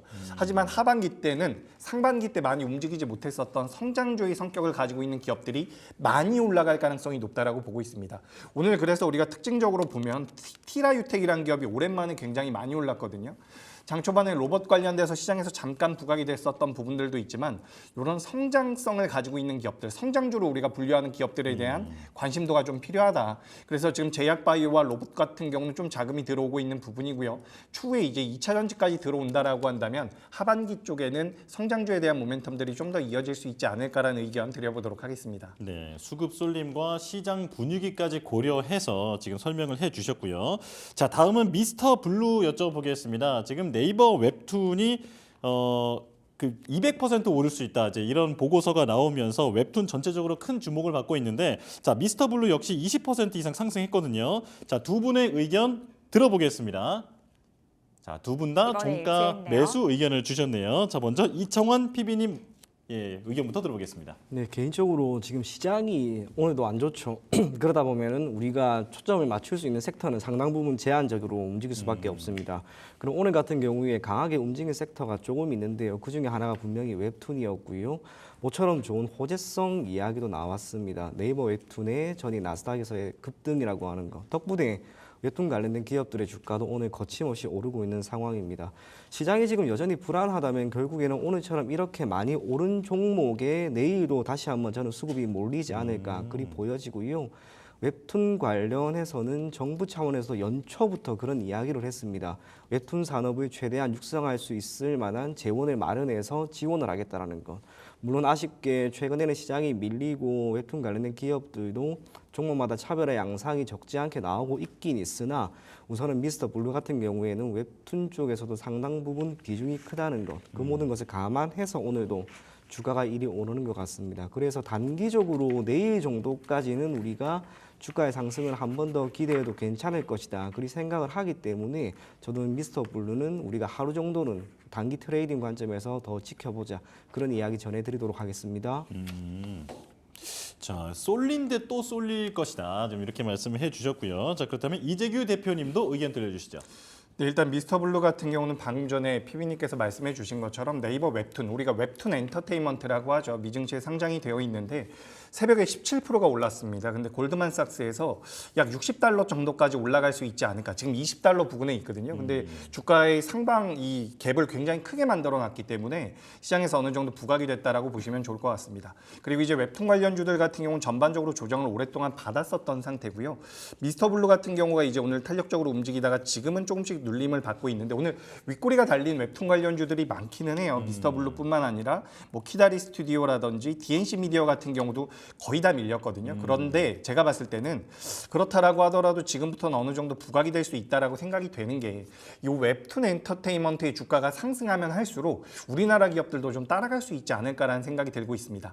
다만 저는 이제 반대 의견이 뭐냐면 단기적으로 보기보다는 차라리 좀 길게 보시는 게 어떨까라는 생각이 들고 있어요. 우리가 이 컨텐츠 쪽에 대해서는 IP, 지적재산권을 이용해서 산업 영역을 확장할 수 있는 방법이 있는데 미스터 블루 같은 경우는 웹툰 쪽에 대한 IP도 많이 가지고 있지만 웹소설 쪽에 대한 IP도 많이 가지고 있습니다. 그리고 게다가 다른 웹툰 기업들과 좀 차이점이 뭐냐면 미스터 블루 같은 경우는 그 게임 쪽에서도 매출이 나오고 있거든요.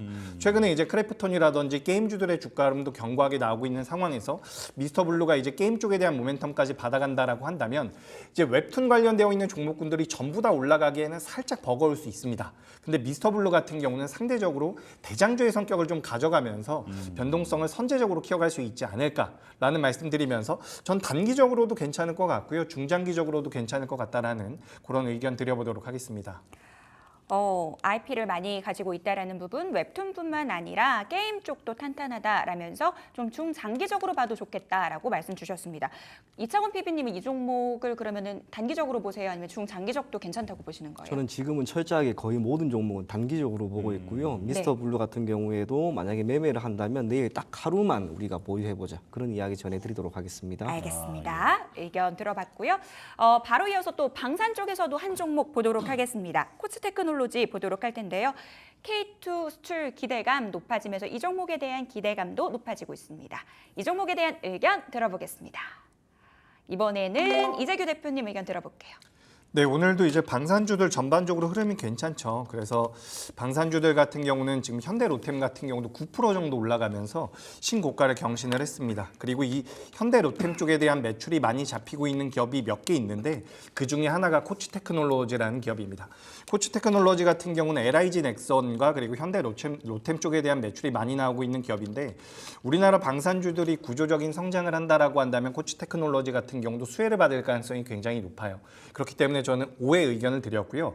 이 회사가 이제 구조적으로 성장을 할 수밖에 없는 게 방금 전에 말씀드렸던 것처럼 현대로템과 그리고 LIG 넥선 쪽에 대한 매출이 많이 나오고 있다는 부분, 그리고 정부의 정책 차원에서 우리나라 요 국방 이 방산과 관련되어 있는 기업들을 계속해서 육성하겠다라는 부분들, 그리고 트럼프가 당선될 가능성이 높으면 각국에서 이제 군비 경쟁을 하겠죠. 그에 따른 모멘텀이 어느 정도 부각될 수 있지 않을까, 이 부분에서 저는 동그라미 의견을 드렸고요. 다만 코치테크놀로지 같은 경우는 제가 조금 이제 이제 체크를 해봐야 된다라고 생각을 하는 부분이 네. 이 기업이 작년 8월 달에 상장을 했거든요. 아마 올해 8월 달에 돌아오는 보유예수 물량이 있을 수도 있습니다. 그 물량은 제가 체크는 못했어요. 어느 정도 물량이 있는지. 만약에 물량이 많다라고 한다면 우리가 그 시기는 한번 파악을 하면서 공략해 보시는 게 어떨까라는 의견 드려보도록 하겠습니다. 바로 이어서 이창원 PB님 의견도 좀 들어볼게요. 네, 비슷한 이야기인데요. 사실상 지금 방산업종은 놓여있는 경영 환경이 너무나 좋습니다. 우리가 하반기에 계속해서 관심 있게 지켜볼 섹터가 있다면 저는 크게 두 가지. 하나는 방산이고요. 또 하나는 조선입니다. 방산 같은 경우에는 각국 최근에 정상회의가 진행이 되었던 나토 23개국 같은 경우에는 이미 GDP의 2% 이상을 방위비로 분담한다고 하였고요. 그러한 상황에서 코츠 테크놀로지 같은 기업은 전방 산업에 속한 기업이라고 할 수 있는 현대로템, LIG 넥스원, 하나 에어로스페이스 등의 기반으로 해서 제품을 계속해서 공급하고 있습니다. 이 인베디드 시스템이라고 하는 게 사실상 특별한 겁니다. 그걸 독점적으로 시장에 공급하는 가운데 올해 방산 기업인데도 무려 영업이익률이 26.1%에 달할 것으로 보입니다. 그런 면에서 코츠 테크놀로지는 우리가 매우 긍정적으로 지켜볼 필요가 있다. 그런 이야기 전해드리도록 하겠습니다. 코츠 테크놀로지에 대한 의견까지 들어봤습니다. 저희는 마감 지부 듣고 돌아오겠습니다.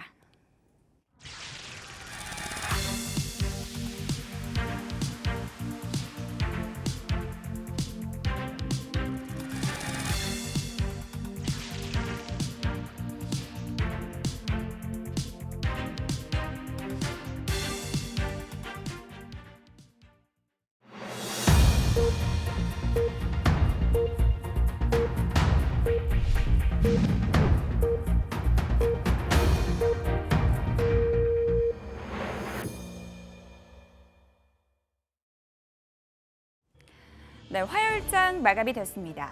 간밤 뉴욕 증시는 정치보다는 실적이야 라는 부분을 외쳤는데 오늘 국장을 보니까 정치에서 완벽하게 자유롭지는 못한 것 같습니다.